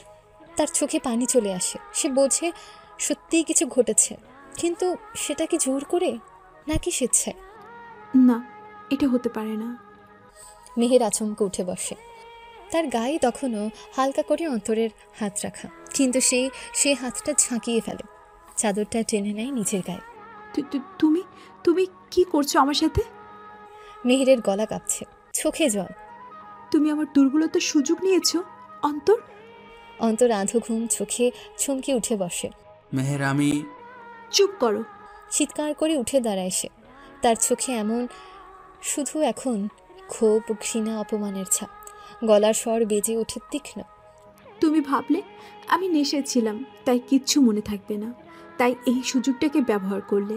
তোমাকে তো আমি শান্ত সহজ সরল ছেলে মনে করেছিলাম। তুমি এইটা কিভাবে করতে পারলে অন্তর? তুমি তো তখন বলেছিলে আমি আছি, এই থাকার মানে এটা বুঝিয়েছিলে তুমি। অন্তর উঠে দাঁড়ায়। আমি কখনো তোমার সঙ্গে জোর করিনি মেহের। তুমি কি করনি সেটা আমি জানি না। আমি জানি সকালে উঠে নিজেকে ঘৃণা লাগছে, নিজের শরীরটাই আজ অপরিচিত মনে হচ্ছে আমার কাছে। আমি বিশ্বাস করেছিলাম তোমায়, অন্তত একজনকে তো বিশ্বাস করতে চেয়েছিলাম, কিন্তু তুমি। তার চোখ ফেটে জল আসে, কিন্তু সে আড়াল করে নেয়। তুমি জানো আমি কি অবস্থায় ছিলাম, তাই না? তবুও তুমি এতটা নিচে নামলে অন্তর। ভালোবাসা, তোমার ভালোবাসা যদি এটা হয় তবে আমি 1000 বার ঘৃণা করি সেই ভালোবাসাকে। অন্তরের চোখে এবার রাগ জমে, পাশাপাশি কষ্ট। আমি যদি চাইতাম তাহলে অনেক আগেই। তুমি মুখ বন্ধ রাখো। আবারও চিৎকার করে ওঠে মেহের। তুমি যদি সত্যি সম্মান করতে তাহলে বিছানার পাশে বসে থাকতে, ছুতে না আমায়। তুমি চাও আমি এখন ক্ষমা চাই? অন্তরের গলা ভারী হয়ে ওঠে। তুমি কি মনে করো আমি প্ল্যান করে এসব করেছি? ওই রাতে তুমি নিজেই। না, দয়া করে নিজের ভুল আমার কাঁধে চাপিয়ে দিও না। আমি যাই বলে থাকি সেটা আমি বলিনি। আমি নেশায় ছিলাম, ঠিক মতো বুঝিনি কিছু, কিন্তু তুমি বুঝেছিলে। তোমার বোঝা উচিত ছিল, বুঝেও তুমি সেই ভুল করেছো। আজীবন এই লজ্জা আমি বইব। মেহের ভাঙা ভাঙা গলায় বলল, আমি কখনোই তোমাকে ক্ষমা করব না অন্তর। তুমি আমার জীবনের সবচেয়ে বড় ভুল। এই কথা শোনার পর অন্তরের মুখটা ফ্যাকাশে হয়ে যায়, চোখ দুটো কেমন ফাঁকা। অন্তর শান্ত গলায় বলে, ঠিক আছে, তাহলে আমি চলে যাচ্ছি। আমি চাইনি এমন হোক, কিন্তু হয়ে গেছে। তুমি যদি ঘৃণা করো তাহলে আর কিছু বলার নেই। মেহের মুখ ঘুরিয়ে জানালার দিকে তাকিয়ে থাকে, চোখের কোনা বেয়ে জল গড়িয়ে পড়ে, কিন্তু ঠোঁট শক্ত করে রাখে। অন্তর ধীরে পেছন ঘুরে দরজার দিকে এগিয়ে যায়। দরজা খুলে দাঁড়িয়ে থাকে কিছুক্ষণ, তারপর একটা মাত্র বাক্যই বলে, আমার চোখে সেই রাতে ভালোবাসা ছিল, তোমার চোখে সেটা ঘৃণা হয়ে গেল। আমার কিছু বলার নেই আর। দরজা বন্ধ হয়, ঘরটা আবার নীরব হয়ে পড়ে। জানালার বাইরে পাখিরা ডেকে ওঠে, কিন্তু ঘরের ভেতর এক ভাঙা হৃদয়ের চিৎকার নিঃশব্দেই মিশে যায় সকালে। বেলা 11টার দিকে মেহেরের ঘুম ভাঙল। চোখ খুলতে এক গাদা চিন্তা, অনুশোচনা আর ক্লান্তি নিয়ে সে বিছানা থেকে উঠে বসল। মাথা ভার হয়ে আছে, গলা নিচে জমে থাকা কাঁটার মতো অনুভব হচ্ছে। মনে পড়ে গেল গত রাত অন্তরের সাথে সে ভয়ঙ্কর লড়াই। এখন আর কিছুই পরিষ্কার নয় তার কাছে। ঘরটা অস্বাভাবিক নীরব। আয়েশা দরজার বাইরে দাঁড়িয়ে কাঁপা কাঁপা কণ্ঠে বলল, আপু নিচে একটু যাবেন? স্যারেরা বসে আছেন, আপনার আব্বুর মিটিং চলছে। মেহের কোনো কথা না বলে শুধু চোখে বিরক্তি নিয়ে নিচে নেমে গেল। নিচে ড্রয়িং রুমে বসে আছেন তার বাবা ফজলুল হক, তার পাশে দুজন চেম্বার আইনজীবী, একজন অ্যাকাউন্টস হেড, আর সবার মাথার উপর যেন ঘন কালো মেঘ। মেহের এক্ষণে দাঁড়িয়ে থাকলো, চোখে ঘুমের ক্লান্তি থাকলেও তার সামনে যা শুনতে পেল তাতে ঘুম বলে আর কিছু রইল না। স্যার, আজ যদি দুপুর 3টার মাঝে 12 কোটি টাকা জমা না হয় তাহলে কোম্পানির উপরে থাকা সমস্ত প্রপার্টি এমনকি গার্মেন্টস ইউনিট ব্যাংক সিজ করবে। আমাদের আর কোনো বিকল্প নেই। ফজলুল হক হতাশ গলায় বললেন, আমি তো সব বিক্রি করে দিয়েছি, ব্যবসাটাও বন্ধক দিয়েছি, এখন কোথা থেকে আনবো এই বিশাল অঙ্ক? মেহের যেন নিঃশ্বাস নিতে ভুলে গেল। এই তো তাদের রাজপ্রাসাদের মতন বাড়ি, প্রতিদিন যেটাই বিলাসিতা, আজ সেটাই দেউলিয়া হওয়ার মুখে। ঠিক তখনই দরজার দিকে ভর দুপুরের আলোই দেখা গেল অন্তর ধীরে ধীরে ভেতরে ঢুকছে, পাঞ্জাবি গায়ে, চোখে অদ্ভুত এক দৃঢ়তা। সবাই ঘুরে তাকালো। মেহের কাঁপা গলায় বলল, তুমি এখানে কেন? অন্তর কিছু না বলে সামনে গিয়ে আব্দুল ফজলুল হকের সামনে চুপচাপ বসে পড়ল। আপনার কোম্পানির হিসাব আমি দেখেছি। আপনাদের উপর 12 কোটি টাকার লোন, সাথে 7 কোটি টাকার ব্যাংক লিয়েবিলিটি। এর মধ্যে যদি আমি পুরো টাকাটা ক্লিয়ার করে দিই তাহলে আপনার কোম্পানি কি বাঁচবে? ফজলুল হক বিস্ময়ে তাকিয়ে বললেন, তুমি এত টাকা কোথায় পাবে? মেহের চিৎকার করে উঠল, তুমি এটা কি বলছো? এই একটা ছেলে যে কিনা আমাদের বাড়ির চাকরের মতো, সে তুমি এত টাকা কোথা থেকে আনলে? বাকি আত্মীয়রাও হাসতে শুরু করলো। একজন বলল, এক ফুপু বলল, তুমি না তো মেহেরের হাজবেন্ড আর না এই বাড়ির কেউ, তাহলে জামাইয়ের মতো হয়েও এখন এমন নাটক করছো? ওকালতি বাদ দাও, আমাদের নিয়ে খেলা করো না। অন্তর চুপ করে একটা কালো কার্ড বের করলো, পিওর ব্ল্যাক। কোনো সাধারণ ক্রেডিট কার্ড নয়, এটা অ্যানোনিমাস প্রিভিলেজ এক্সিকিউটিভ কার্ড, যেটা বাংলাদেশে হাতে গোনা কয়েকজনের থাকে। তারপর সে ব্যাগ থেকে একটা চেক বই বের করলো, হাতে কলম নিয়ে লিখতে শুরু করলো। একটা চেক 12 কোটি টাকার। চেকটা এগিয়ে দিয়ে শান্ত গলায় বলল, এই চেকটা এখনো জমা দিন এবং অফিসিয়াল লেটার নিন ব্যাংকের কাছ থেকে। সবার চোখ কপালে, কেউ বিশ্বাস করতে পারছে না। লাবিবা বিস্ময় বলে উঠল, আপু, এ কি? অন্তর ভাই কি সত্যি এই টাকার মালিক? কিন্তু আত্মীয়দের কেউ চুপ থাকার পাত্র না।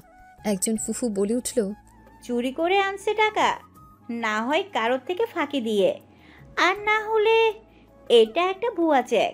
আরেকজন বলে, হয়তো কোনো ড্রাগ ডিলিং এর সাথে জড়িত, আর না হলে বড় কোনো ক্রিমিনাল।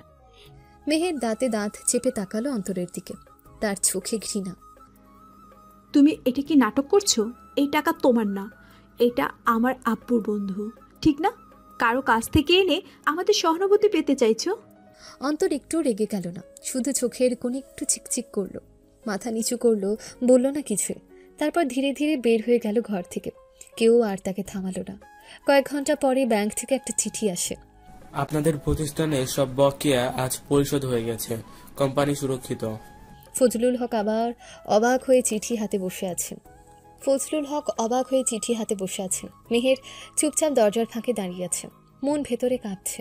তার হাজবেন্ড, যে ছেলেটাকে সে গালি দিয়েছিল, অবজ্ঞা করেছিল, সে মানুষটাই আজ তাকে, তার পরিবারকে, তার পুরো রাজত্বকে বাঁচিয়ে দিল। কিন্তু কোনো ক্রেডিট চায়নি, শুধু চুপচাপ থেকে গেল। মনে মনে বলল, কে এই ছেলে, আর এটা কিভাবে সম্ভব? বিকেলের নরম রোদটা জানালার কাঁচ ছুঁয়ে এসে পড়েছে বসার ঘরের ঠিক পাশের খোলা বারান্দায়। বাড়ির ভেতরটা তুলনামূলক শান্ত, কারণ মেহেরের মা ঘুমোচ্ছেন, ফজলুল হক অফিসে, আর বাড়ির অন্যান্য কাজের লোকেরা নিজেদের কাজে ব্যস্ত। বারান্দায় কোনায় কাঠের আরামদায়ক সোফায় বসে আছে লাবিবা আর অন্তর। লাবিবার হাতে ধরা কফির কাপ, অন্তরের সামনে রাখা একটা বই, কিন্তু পাতাগুলো উল্টানো হচ্ছে না, তারা কথা বলছে। লাবিবার চোখে একরাশ কৌতূহল। আজকাল সে অন্তরকে খুব গভীরভাবে বোঝার চেষ্টা করছে। লাবিবা কফির কাপে চুমুক দিয়ে জিজ্ঞেস করলো, কণ্ঠে সহজ জিজ্ঞাসার ভঙ্গি। অন্তর তাকিয়ে রইল সামনের ফুল গাছের দিকে। তুমি সব সময় এমন চুপচাপ থাকো কেন? সব কথা বলা যায় না, কিছু কথা রয়ে যায় চোখের ভাষায়। আর সেই চোখের ভাষা কি বোঝে? লাবিবা হালকা হেসে বলল, তুমি চাও না কেউ বুঝুক? চাই, তবে সবার বোঝার দরকার নেই, শুধু যে বোঝার সে একদিন নিজে দেখে বুঝবে। অন্তর একটু হাসল। লাবিবার হাসি ফিকে হয়ে এলো। সে চুপ করে কিছুক্ষণ অন্তরের মুখের দিকে তাকিয়ে রইল। তারপর কণ্ঠটা একটু না কাঁপিয়ে বলল, তুমি কি জানো, আমার খুব ভালো লাগে যখন তুমি আমার সঙ্গে কথা বলো, খুব শান্তি রাখি তোমার পাশে। অন্তর একটু অবাক হয়ে তাকালো ওর দিকে। তুমি এটা আগেও বলেছিলে। লাবিবা মাথা নেড়ে বলল, হ্যাঁ, কারণ সেটা এখনো বদলায়নি, বরং বেড়েছে। অন্তর হালকা কাশলো। তুমি অনেক ভালো মেয়ে লাবিবা। মেহেরের মতো কেউ যদি তোমার কাছের কেউ হয়, তাহলে তুমিও তার মতো সুন্দর মনের মানুষ হয়েছ। এই কথায় লাবিবার চোখে একরাশ দুটি খেলে গেল। তুমি আমাকে তার মতোই ভাবো? অন্তর একটু থেমে গম্ভীর স্বরে বলল, না, আমি কাউকে কারো মতো ভাবি না, প্রত্যেকে আলাদা, তবে তুমি আমার চোখে আলাদাভাবে সুন্দর। এই সময় বারান্দা থেকে খানিকটা দূরে থাকা ভেতরের কাঁচের দরজার আড়ালে দাঁড়িয়ে মেহের নিঃশব্দে সব কিছু দেখছিল। সে বুঝতে পারছিল না তার বুকের ভেতর কেন একটা চিনচিনে জ্বালা উঠছে। লাবিবা আর অন্তর একসাথে বসে আছে একান্তে, আর অন্তর, সে এতটা হাসছে, এতটা মন খুলে কথা বলছে। এই অন্তর যে তার সামনে অল্প কথায় সব শেষ করে দেয়। মেহেরের চোখের কোণে রাগ জমছিল, কিন্তু সে চুপ করেছিল। এই সময় বারান্দায় অন্তরের দিকে এগিয়ে এসে লাবিবা হঠাৎই বলল, একটা কথা বলি, কিছু মনে করো না। অন্তর চোখ সরালো না, শুধু বলল, বলো। তোমার চোখ খুব গভীর। লাবিবার কণ্ঠে ছিল একরকম সরলতা। ওখানে একটা দুঃখ লুকানো থাকে, আমি জানি না সেটা কার জন্য, কিন্তু আমি চাই একদিন সেই চোখে শুধুই হাসি থাকুক। অন্তর প্রথমবারের মতন লাবিবার দিকে সরাসরি তাকালো। কিছু একটা বলতে যাচ্ছিল, ঠিক তখনই কাঁচের দরজাটা সশব্দে খুলে গেল। মেহের মুখ গম্ভীর করে হাঁটতে হাঁটতে বারান্দায় এলো, তার মুখে স্পষ্ট বিরক্তির ছাপ। অনেক গভীর আলোচনা হচ্ছিল দেখছি। মেহের বলে উঠল, ঠোঁটের কোণে হালকা বাঁকা হাসি। লাবিবা একটু অপ্রস্তুত হয়ে গেল। না মানে আমরা তো স্রেফ। আরে না না, বুঝতে পারছি। মেহের কণ্ঠ ঠান্ডা কিন্তু চোখ দুটো আগুন। যাক, অন্তর, মা তোমাকে ডাকছে, কিছু জিনিস আনতে বলেছে দোকান থেকে। অন্তর একটু দ্বিধায় পড়ে গেল। কখন বলল? আমি তো কিছু শুনিনি। মেহের শুষ্ক গলায় বলল, তুমি হয়তো এত মগ্ন ছিলে শোনোনি, তবে এখন যাও, দরকারি জিনিস। অন্তর উঠে দাঁড়ালো। আচ্ছা, যাচ্ছি। অন্তর চলে যাওয়ার পর লাবিবা মেহেরের দিকে তাকালো। কিছু বলতে চাইছিল কিন্তু মেহের তাকে থামিয়ে বলল, তোর সঙ্গে ওর এত খোলামেলা কথা হয়, ভালো লাগে বুঝি? লাবিবা নিচু গলায় বলল, আমি তো শুধু বন্ধু হিসেবেই কথা বলছি আপু। বন্ধুত্বেরও একটা সীমা থাকা উচিত। মেহের মুচকি হেসে বলল, সবাই যেটা মানে না সেটা আলাদা ব্যাপার। মেহের চলে গেল দ্রুত পা ফেলে। তার মনে ছিল না কোনো হাসি, কেবল একরাশ জ্বালা, ঈর্ষা আর এক অজানা অনুভব, যা সে স্বীকার করতে পারছে না, কিন্তু সেটাই তাকে পুড়িয়ে দিচ্ছে ভেতরে ভেতরে। রাতে যখন অন্তর ঘরে আসে তখন মেহের তাকে প্রশ্ন ছুড়ে মারে, লাবিবার সাথে তোমার কিসের এত কথা? সব সময় দেখি তোমরা দুজন আঠার মতো লেগে থাকো, কি চলছে এসব? লাবিবা মেয়েটা খুব ভালো, খুব মিষ্টি, এবং তার সাথে শুধু বন্ধুত্বের সূত্রে কথা বলি। আর আমি কি ভালো না? আমি কি মিষ্টি না? না, সেরকম কিছুই না। তুমি অনেক ভালো, শুধু আমাকে এখনো চিনতে পারছো না। আচ্ছা যাই হোক, তুমি আর তার সাথে মিশবে না, ব্যাস। কেন? তুমি কি জেলাস ফিল করছো? কি? আমি জেলাস ফিল করছি? একদমই না। আমি যেটা বলছি সেটাই করবে, ওর সাথে একদম মিশবে না। কেন? তুমি কি আমাকে হুকুম করছো? আর আমি বা তোমার হুকুম পালন করতে যাব কেন? হুকুম নয়, অধিকার খাটাচ্ছি। কেমন অধিকার? কারণ আমি তোমার স্ত্রী। অন্তর যেন আকাশ থেকে পড়ল, এক মুহূর্তের জন্য স্তব্ধ হয়ে গেল। না, এটা কিভাবে সম্ভব? তুমি তো এতদিন আমাকে তোমার স্বামী হিসাবে দেখোইনি, তাহলে আজ হঠাৎ কি হলো? আর তুমি একদিন বলেছিলে যে তুমি আমার থেকে মুক্তি পেতে চেয়েছিলে। চিন্তা করো না, তোমার এই আশাটা পূরণ করে দেব খুব শীঘ্রই। আর সেই দিন রাতে যা হয়েছিল সেটা কি ছিল? সেই রাতের প্রতিশোধ তুমি সকালেই নিয়ে নিয়েছিলে। মেহের আর কিছু বলতে পারল না, চুপ হয়ে গেল। অন্তর বলল, এখন কি আমি যেতে পারি? হ্যাঁ, যাও। অন্তর পেছনে ঘুরে বাহিরে যাওয়ার জন্য পা বাড়ালো। মেহের ডাক দিয়ে বলে, এই দাঁড়াও, আমি একটা কথা বুঝলাম না, তুমি এত টাকা কোথায় পেলে? কোথা থেকে আনলে?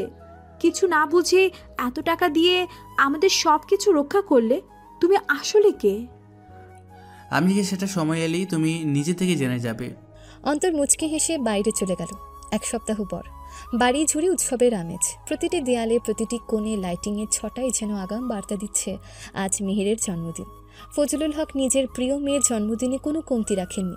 বিশাল আয়োজনে সাজানো হয়েছে পুরো বাড়ি। লন জুড়ে টানানো হয়েছে রঙিন ব্যানার, বড় বড় ফ্লাওয়ার ডেকোর, সুগন্ধি মোমবাতি আর ডিজে সেট। ফজলুল হকের গলায় গর্বের ঝলক। তার ব্যবসায়ী বন্ধু, রাজনীতিবিদ, শিল্পপতি, মিডিয়া ব্যক্তিত্ব সবাই আমন্ত্রিত।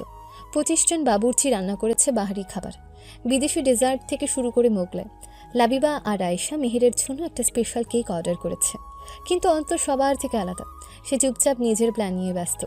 রাত 8টার দিকে অতিথিরা আসতে শুরু করে। কোট টাই পরা হাই প্রোফাইল ভদ্রলোক, দামি গাউন পরা মহিলা, ক্যামেরার ফ্ল্যাশে চোখ ধাঁধিয়ে যাওয়া পরিবেশ, সবাই মেহেরকে শুভেচ্ছা জানায়। বাহারি গিফটের স্তূপ জমে যায় মেহেরের সামনে।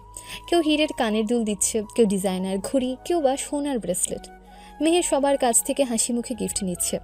ফজলুল হক প্রতিটা গিফট দেখে গর্বে বুক ফুলিয়ে বলছেন, আমার মেয়ের কদরটাই এমন। একটা সময় চারপাশ একটু শান্ত হয়। ঠিক তখন অন্তর সামনে আসে। সে পড়েছে একদম সাধারণ একটা পাঞ্জাবি পাজামা, মাথা নিচু, চোখে সেই চিরচেনা শান্ত ভাব। তার হাতে ছোট একটা কালো বক্স। সবাই অবাক হয়ে তাকায়। অন্তর বক্সটা মেহেরের সামনে বাড়িয়ে ধরে। এটা তোমার জন্য। মেহের একটু দ্বিধায় পড়ে। চারপাশে ক্যামেরা, আত্মীয়দের কৌতূহলী চোখ তাকে অস্বস্তিতে ফেলে। তারপর সে ধীরে ধীরে বাক্সটা খুলে। খোলার সাথে সাথে তার মুখের অভিব্যক্তি এক মুহূর্তে বদলে যায়। ভেতরে রাখা সেই একটা হাই এন্ড, একমাত্র ভার্সাচে ব্র্যান্ডের লেদার হ্যান্ডব্যাগটা, যেটা গল্পের শুরুর দিকে মেহের তার বান্ধবীদের নিয়ে এক শোরুমে গিয়েছিল, আর সে ওখানে এটা পছন্দ করেছিল, কিন্তু দাম দেখে রেখে চলে এসেছিল। মেহেরের চোখে জল চলে আসে, অথচ সে তা চেপে রাখে। মনে পড়ে যায় তখন অন্তর পাশে ছিল। নিশ্চয়ই সে দেখে ফেলেছিল মেহেরের চোখের ভাষা। এতদিনে সেই ব্যাগটা নিজের মতো করে কিনে রেখেছিল। চারপাশে ফিসফাস শুরু হয়েছে। এক ফুপু বলল, ও মা, এটা তো ওই রকম একটা ব্যাগ, দাম তো কোটির উপরে। আরেক ফুপু বলল, এই ছেলের এত টাকা আসলো কোথা থেকে? চুরি করে এনেছিস নাকি? ফজলুল হকের ভাইপো রুম্মান বলে ওঠে, এই ছেলে তো কাজের লোক, এই ব্যাগ কোথা থেকে পেল? ফজলুল হকের বড় বোন রিনা গর্জে ওঠেন, মেহের, তুমি এই গিফটটা রেখেছো কেন? তুমি জানো না কোথা থেকে এনেছে কে জানে? মেহের চুপ করে যায়, কিছু বলতে চায়, কিন্তু লোকজনের কটাক্ষ তাকে স্তব্ধ করে দেয়। ফজলুল হক ভ্রু কুচকে প্রশ্ন করেন, এই ব্যাগ তুমি কোথা থেকে পেলে অন্তর? অন্তর শান্ত গলায় উত্তর দেন, অনেক আগে থেকে রেখেছিলাম, ওর পছন্দের ব্যাগ, তখনই কিনে রেখেছিলাম, সঠিক সময়ে মেয়েরকে উপহার দিব বলে। রুমান ব্যঙ্গ করে বলে, ও কি প্রেম প্রেম ভাব? চুরি করেছে না তো? পুলিশ ডাকতে হবে না? রিনা ফোনটা হাতে তুলে নেন, মুখে বিরক্তি। আমি পুলিশকে ফোন দিচ্ছি। এই ছেলে কোথা থেকে এই ব্যাগ পেল সেটা আগে প্রমাণ করুক। অন্তর মাথা নিচু করে দাঁড়িয়ে থাকে, চোখে কোনো অভিযোগ নেই, তবু চারপাশের অপমান তার ভেতরে তীব্র আগুন জ্বালিয়ে দেয়। মেহের ব্যাগটা দু হাতে ধরে, কিছু বলতে চায়, কিন্তু লোকজনের আওয়াজে নিজেকে গুটিয়ে ফেলে। চারপাশে ক্যামেরা, মানুষ আর অপমানের তীক্ষ্ণ শব্দ। এই ভিড়ে একটা মাত্র মুখ শান্ত, কিন্তু চোখে স্পষ্ট ব্যথার রেখা, নয়ন আহমেদ অন্তরের। কিন্তু কেউই জানেন না তাদের সামনে একজন বিশ্বের সবচেয়ে সেরা কোটিপতিদের মধ্যে একজন দাঁড়িয়ে আছে। অন্তর নিচু স্বরে বলে, এই ব্যাগটা আমি আমার নিজের টাকা কিনেছি, কাউকে চুরি করে আনতে হয়নি। তখন রুম্মান হাসতে হাসতে বলে উঠল, নিজের টাকা? তুই তো এই বাসার চাকর ছিলি, তোর আবার টাকাও আছে নাকি? একজন আত্মীয় কাঁধে ঝাঁকিয়ে বলল, চুরি না করলে এই গরিব খেয়ে ছেলেটার হাতে এমন ব্যাগ আসে কিভাবে? অবশ্য আজকাল চোরও চালাক হয়ে গেছে। আরেকজন ঠাট্টা করে বলল, নাকি কারো পাশ থেকে তুলে এনেছিস? কি জানি, তোরা গরিবরাও এখন বড় লোক।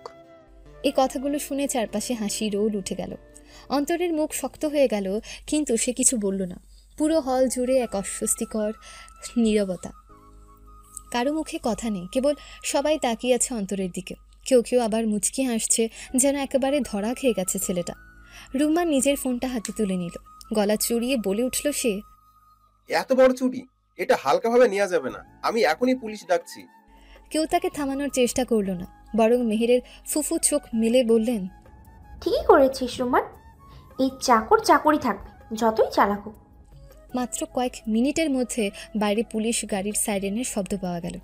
একদল পুলিশ ঢুকে পড়ল বাসায়। তাদের মধ্যে একজন মধ্যবয়স্ক গম্ভীর মুখের অফিসার সামনে এগিয়ে এলেন, ডিএসপি ফারুক হোসেন। তিনি চারপাশে তাকিয়ে বললেন, কে ফোন করেছিল? রুমান এগিয়ে এসে বলল, স্যার, এই ছেলেটা এই ব্যাগটা চুরি করেছে। মেয়েটা জন্মদিনে গিফট দিয়ে বড়লোক সাজতে চাই, আর ব্যাগটা অনেক দামি ব্র্যান্ডের। ডিএসপি ফারুক অন্তরের দিকে তাকিয়ে রইল কিছুক্ষণ, তারপর চোখ বিস্ময়ে ছানা বড়া করে বলে উঠলেন, সাবধানে কথা বলো, এই লোক কে জানো? আর স্যার, আপনি এখানে? রুমান থমকে গেল। মেহেরের ফুপু এগিয়ে এসে বলে উঠলেন, এই গরিব ছেলেটাকে আপনি স্যার বলছেন? ও তো আমাদের বাসায় চাকর। ডিএসপি ফারুক গম্ভীর হয়ে বললেন, আপনারা জানেন না তাই বলছেন? উনি হচ্ছেন নয়ন আহমেদ অন্তর, বাংলাদেশের 3টা শীর্ষ রিয়েল এস্টেট কোম্পানির মালিক, NAA গ্রুপ, নয়নতারা হোল্ডিংস আর অন্তরটেক লিমিটেডের চেয়ারম্যান। আর ওনার ব্যবসা USA, সিঙ্গাপুর, UK, মালয়েশিয়া সব জায়গায় চলে। চারপাশে যেন বিস্ফোরণ ঘটে গেল, কেউ কিছু বিশ্বাস করতে পারছে না। ডিএসপি ফারুক আবার বললেন, আমরা পুলিশ বিভাগ থেকে ওনার প্রজেক্টে সিকিউরিটি কনসালটেন্সি দিই। ইনফ্যাক্ট উনি এতটাই প্রভাবশালী যে অনেক সময় আমরা উচ্চপদস্থদের অনুমতি নিয়েই ওনার সাথে কাজ করি। আর আপনারা কিনা ওনাকে চাকর বানিয়ে অপমান করছেন। মেহেরের ফুপু কাবা গলায় বললেন, কিন্তু কিন্তু সে তো এখানে সাধারণ পোশাকে এসেছিল আমাদের বাসায়। ডিএসপি ফারুক এবার একটু হেসে বললেন, সাধারণ পোশাকে তো বড় মানুষরা বড় কাজ করে ফেলেন। উনিও তো আপনাদের সামনে নরম মাটিতে হাঁটেন, কিন্তু দেশের টপ বিলিয়নারদের তালিকায় ওনার নাম প্রথম 10-এ। চারপাশে আবারও নিস্তব্ধতা নেমে এলো। মেহের স্তব্ধ হয়ে তাকিয়ে রইল অন্তরের দিকে। সে চোখে অবিশ্বাস, বিস্ময় আর এক টুকরো অপমানের রং। অন্তর কিছুই বলল না, সে শুধু ধীরে ধীরে ঘুরে তাকালো মেহেরের চোখের দিকে, যেন সব কিছুর উত্তর সেখানেই রেখে দিল। ডিএসপি ফারুকের শেষ কথাগুলো যেন বাড়ির প্রতিটি ইট পাথর কেঁপে উঠেছে। চারপাশে নিস্তব্ধতা, কারো মুখে কোনো শব্দ নেই। মেহেরের ফুপু মুখ শুকিয়ে তাকিয়ে আছে অন্তরের দিকে, যেন ভূত দেখেছে। রুমান একেবারে ঝুমে গেছে, তার চোখে শুধু হতভম্ব বিস্ময়। তখনই অন্তর ধীরে ধীরে কিছুটা এগিয়ে গেল। তার কণ্ঠ ছিল নরম, কিন্তু ভেতরে কঠোর সুর ঝরে পড়ল। আমি কখনো কারো সম্মান চাইনি, শুধু একটু জায়গা চেয়েছিলাম। আমার ভালোবাসাকে বোঝার সুযোগ চেয়েছিলাম। কিন্তু এই বাড়িতে প্রথম দিন থেকেই আমাকে নিয়ে হাসাহাসি, অপমান, সন্দেহ সব কিছু পেয়েছি। আজ যখন আমি একটা ব্যাগ উপহার দিলাম, তখন সেটা নিয়ে আবার অপমান, আবার অপবাদ। বলেছিলে আমি চুরি করেছি। সে একবার মেহেরের দিকে তাকালো। তুমি চুপ ছিলে, আমারও একটা কথা বললে না। মেহের কিছু বলতে পারছিল না, তার ঠোঁট কাঁপছে, কিন্তু শব্দ বেরোচ্ছে না। অন্তর এবার পকেট থেকে একটা ছোট্ট কালো রসিদ বের করলো। এই ব্যাগটা আমি কিনেছিলাম 3 মাস আগে, যেদিন তুমি ওটা শোরুমে দেখেছিলে। সেদিনে আমি বুঝেছিলাম তুমি এটা চেয়েছিলে, কিন্তু দামের জন্য পারোনি। আমি সেদিনই কিনে রেখেছিলাম। সে রসিদটা মেহেরের দিকে বাড়িয়ে দিল। ডিএসপি ফারুক এগিয়ে এসে তা নিজেই নিয়ে দেখলেন, তারপর উচ্চস্বরে বললেন, একদম জেনুইন রিসিট, মূল্য 3,25,00,000 টাকা। ক্রেতার নাম মিস্টার নয়ন আহমেদ অন্তর। রুম্বা নেমার মুখ খুলল। স্যার, আমাদের জানার উপায় ছিল না, আমরা ওকে আপনাকে এমন ভাবিনি। অন্তরের কণ্ঠ আরেকটু গম্ভীর হলো। জানার চেষ্টা করেছে কখনো?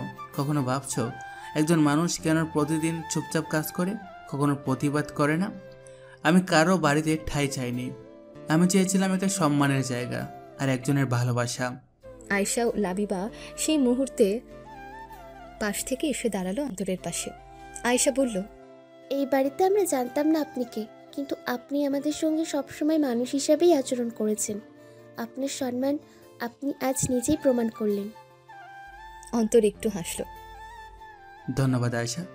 অন্তত কেউ না বুঝুক, তুমি আর লাবিবা তো বুঝেছিলে আমাকে। এতক্ষণ কিছু না বলা ফজলুল হক এবার ধীরে ধীরে উঠে দাঁড়ালেন। তার চেহারায় কঠিন অভিব্যক্তি।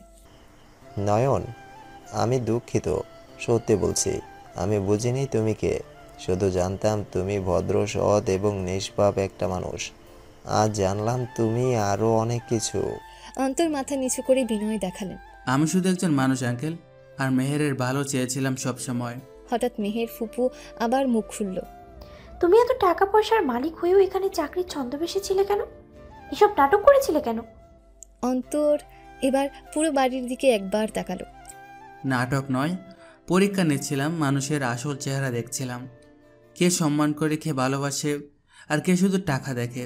আর আপনারা জানতেন আমি এই বাড়ির জামাই, কিন্তু আপনারা আমাকে সেই মর্যাদা না দিয়ে আমাকে চাকর ভাবতেন। আর ব্যবহারটাও সেই চাকরের মতোই আমার সাথে করেছেন। আপনারা আমাকে আজ অপমান করেছেন, কিন্তু এটা আমার শেষ বার্তা। আমি আজ রাতেই এই বাড়ি ছেড়ে চলে যাব, কারণ কারো গৃহে যেখানে শ্রদ্ধা নেই সেখানে থাকার অধিকার আমি নিজেকে দেই না। এই কথা শুনে মেহের হঠাৎই চোখে জল নিয়ে বলে উঠল, তুমি চলে যাবে, আমার কিছু বলার নেই। অন্তর কিছু বলল না। তার চোখে ভেসে উঠল এক গভীর যন্ত্রণা, কিন্তু ঠোঁট চেপে সে ঘুরে দাঁড়ালো। ডিএসপি ফারুক একটু এগিয়ে এসে বললেন, স্যার, গাড়িটা আমি নিয়ে এসেছি, চাইলে আপনাকে আমি পৌঁছে দিতে পারি। না ধন্যবাদ, আপনি চলে যান, আমি নিজেই চলে যাব। অন্তর হলরুম থেকে বেরিয়ে এলো, আর পেছনে দাঁড়িয়ে রইল এক হতভম্ব, অপমানিত, লজ্জিত পরিবার। আর এক টুকরো ভাঙা হৃদয় নিয়ে মেহের, যে বুঝতেই পারল না সে কি হারিয়ে ফেলল। সন্ধ্যার হালকা আলোয় ছাদে দাঁড়িয়েছিল নয়ন আহমেদ অন্তর। আকাশটা অদ্ভুত রকমের শান্ত। ঢাকার কোলাহল থেকেও যেন আজ একটা নীরবতা তাকে পেঁচিয়ে রেখেছে। কিছুক্ষণের মধ্যে সে চলে যাবে এই বাড়ি থেকে চিরতরে। পেছন থেকে পায়ের শব্দ শুনে সে ঘুরে দাঁড়ায়। মেহের, চোখ লাল, মুখে কষ্টের ছাপ। অনেক কথার ভার নিয়ে সে ধীরে ধীরে অন্তরের কাছে এলো। তুমি চলে যাচ্ছ? মেহেরের গলা কাঁপছিল। অন্তর ধীরে বলল, আমার যাওয়াই ভালো, আমি এখানে কেবল অপমানই পেয়েছি। মেহের একটু কাছে এসে থেমে গেল, চোখে পানি। তুমি আমার কাছে একটু অপমানিত নও। আমি ভুল করেছিলাম, খুব বড় ভুল। অন্তর তাকিয়ে রইল তার চোখে। তুমি যে মানুষটা সেটা আমি কোনোদিন বুঝিনি। আমি শুধু তোমার সাদামাটা চেহারাটা দেখেছি, তোমার হৃদয়টা না। আজ জানলাম তুমি কে, তোমার পরিচয় দিয়ে নয়, তোমার আচরণ দিয়ে। অন্তর কিছু বলল না, চুপচাপ শুনছিল। মেহের তখন হঠাৎ হাঁটু গেড়ে বসে পড়ে কাঁদতে লাগলো। আমি ক্ষমা চাই অন্তর, 100 বার, 1000 বার, যতবার দরকার, শুধু একবার আমাকে ক্ষমা করে দাও। অন্তর তাকে তুলে দাঁড় করিয়ে দিল। তুমি আমার স্ত্রী মেহের, আমি কখনো তোমার চোখে পানি দেখতে চাই না। কিন্তু ঠিক তখনই মেহের যেন হঠাৎ এক সিদ্ধান্ত নিয়ে নিল। সে চোখ মুছে বলল, তুমি আমাকে ক্ষমা করেছো বললেই আমি এখন একটা সত্যি কথা বলতে চাই। অন্তর বিস্মিত চোখে তাকালো। কি কথা? মেহের চোখ নিচু করে বলল, আমাদের মধ্যে ডিভোর্স চাই। কিছু মুহূর্ত নীরব, বাতাস থেমে গেল যেন। অন্তর থমকে গেল। কি বললে তুমি? তার গলার আওয়াজ পাল্টে গেল।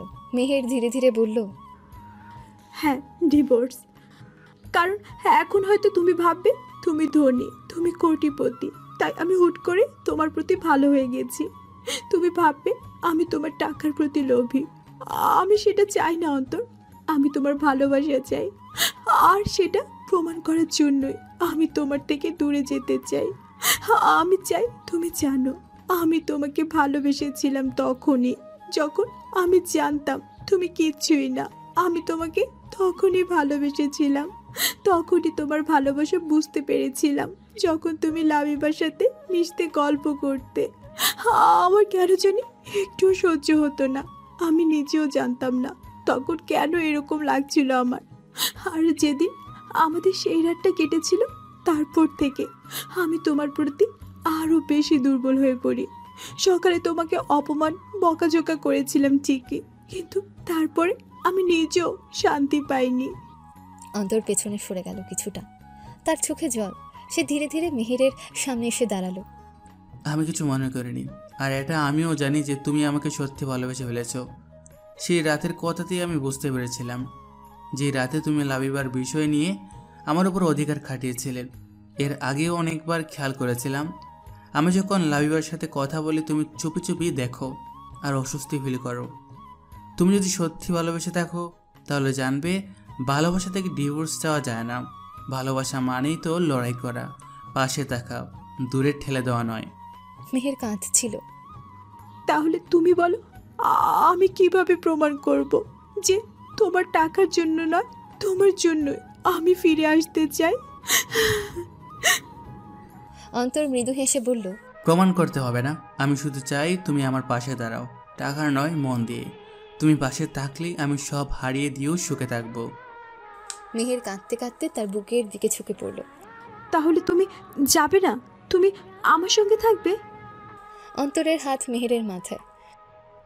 আমি কোথাও যাইনি মেহের, আমি তো সবসময় এখানে ছিলাম তোমার পাশে। মেহের বুক ভিজিয়ে ফেলল চোখের জলে, আর আকাশের দিকেও যেন হালকা একটা বৃষ্টি নেমে এলো তাদের ভালোবাসার সাক্ষী হয়ে। চারদিকে নরম কুয়াশার চাদর, শহরের ছাদে আজ অদ্ভুত এক নির্জনতা। হালকা বাতাসে মেহেরের চুল উড়ে উড়ে অন্তরের গালে ছুঁয়ে যাচ্ছে।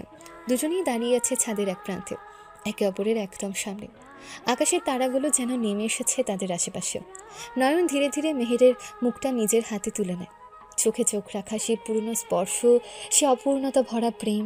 অন্তরের গলা একেবারে নরম হয়ে এলো।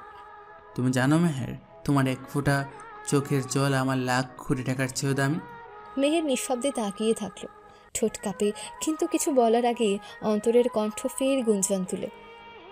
তুমি যদি ডিভোর্স চাও আমি সাইন করব, যদি দূরে যেতে চাও পথ দেখিয়ে দেব, কিন্তু শুধু একটা প্রশ্নের উত্তর দাও, আমার বুকে মাথা রেখে একবার বলো ভালোবাসো।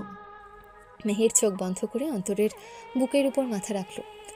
ভালোবাসি, এতটা ভালোবাসি যে ভয় হয় তুমি হারিয়ে যাবে, আবার টাকার ভারে তুমি হয়তো দূরের মানুষ হয়ে যাবে। অন্তর তার কপালে আলতো চুমু দিল। আমি তো আজও সেই মেহেরের অন্তর, যে বাস স্ট্যান্ডে তোমার পাশে দাঁড়িয়েছিল, যার পকেটে মাত্র 20 টাকা ছিল, কিন্তু হৃদয়ে ছিল তোমার জন্য কোটি টাকার ভালোবাসা। মেহেরের গাল বেয়ে অশ্রু ঝরল। অন্তর ধীরে ধীরে তার কাঁধে হাত রাখলো, কাছে টেনে নিল।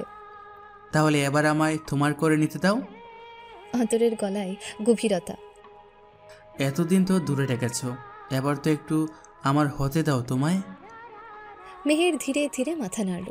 দুজনের মধ্যবর্তী দূরত্ব আর রইল না। ঠোঁটের স্পর্শে হারিয়ে গেল সমস্ত ব্যথা, ভুল বোঝাবুঝি, অপমান আর সন্দেহ। এই চুম্বনে ছিল ক্ষমা, প্রতিশ্রুতি আর এক নতুন শুরু। আকাশে হঠাৎ আতশবাজি জ্বলল, জানলা দিয়ে সে আলো ছড়িয়ে পড়ল তাদের গায়ে।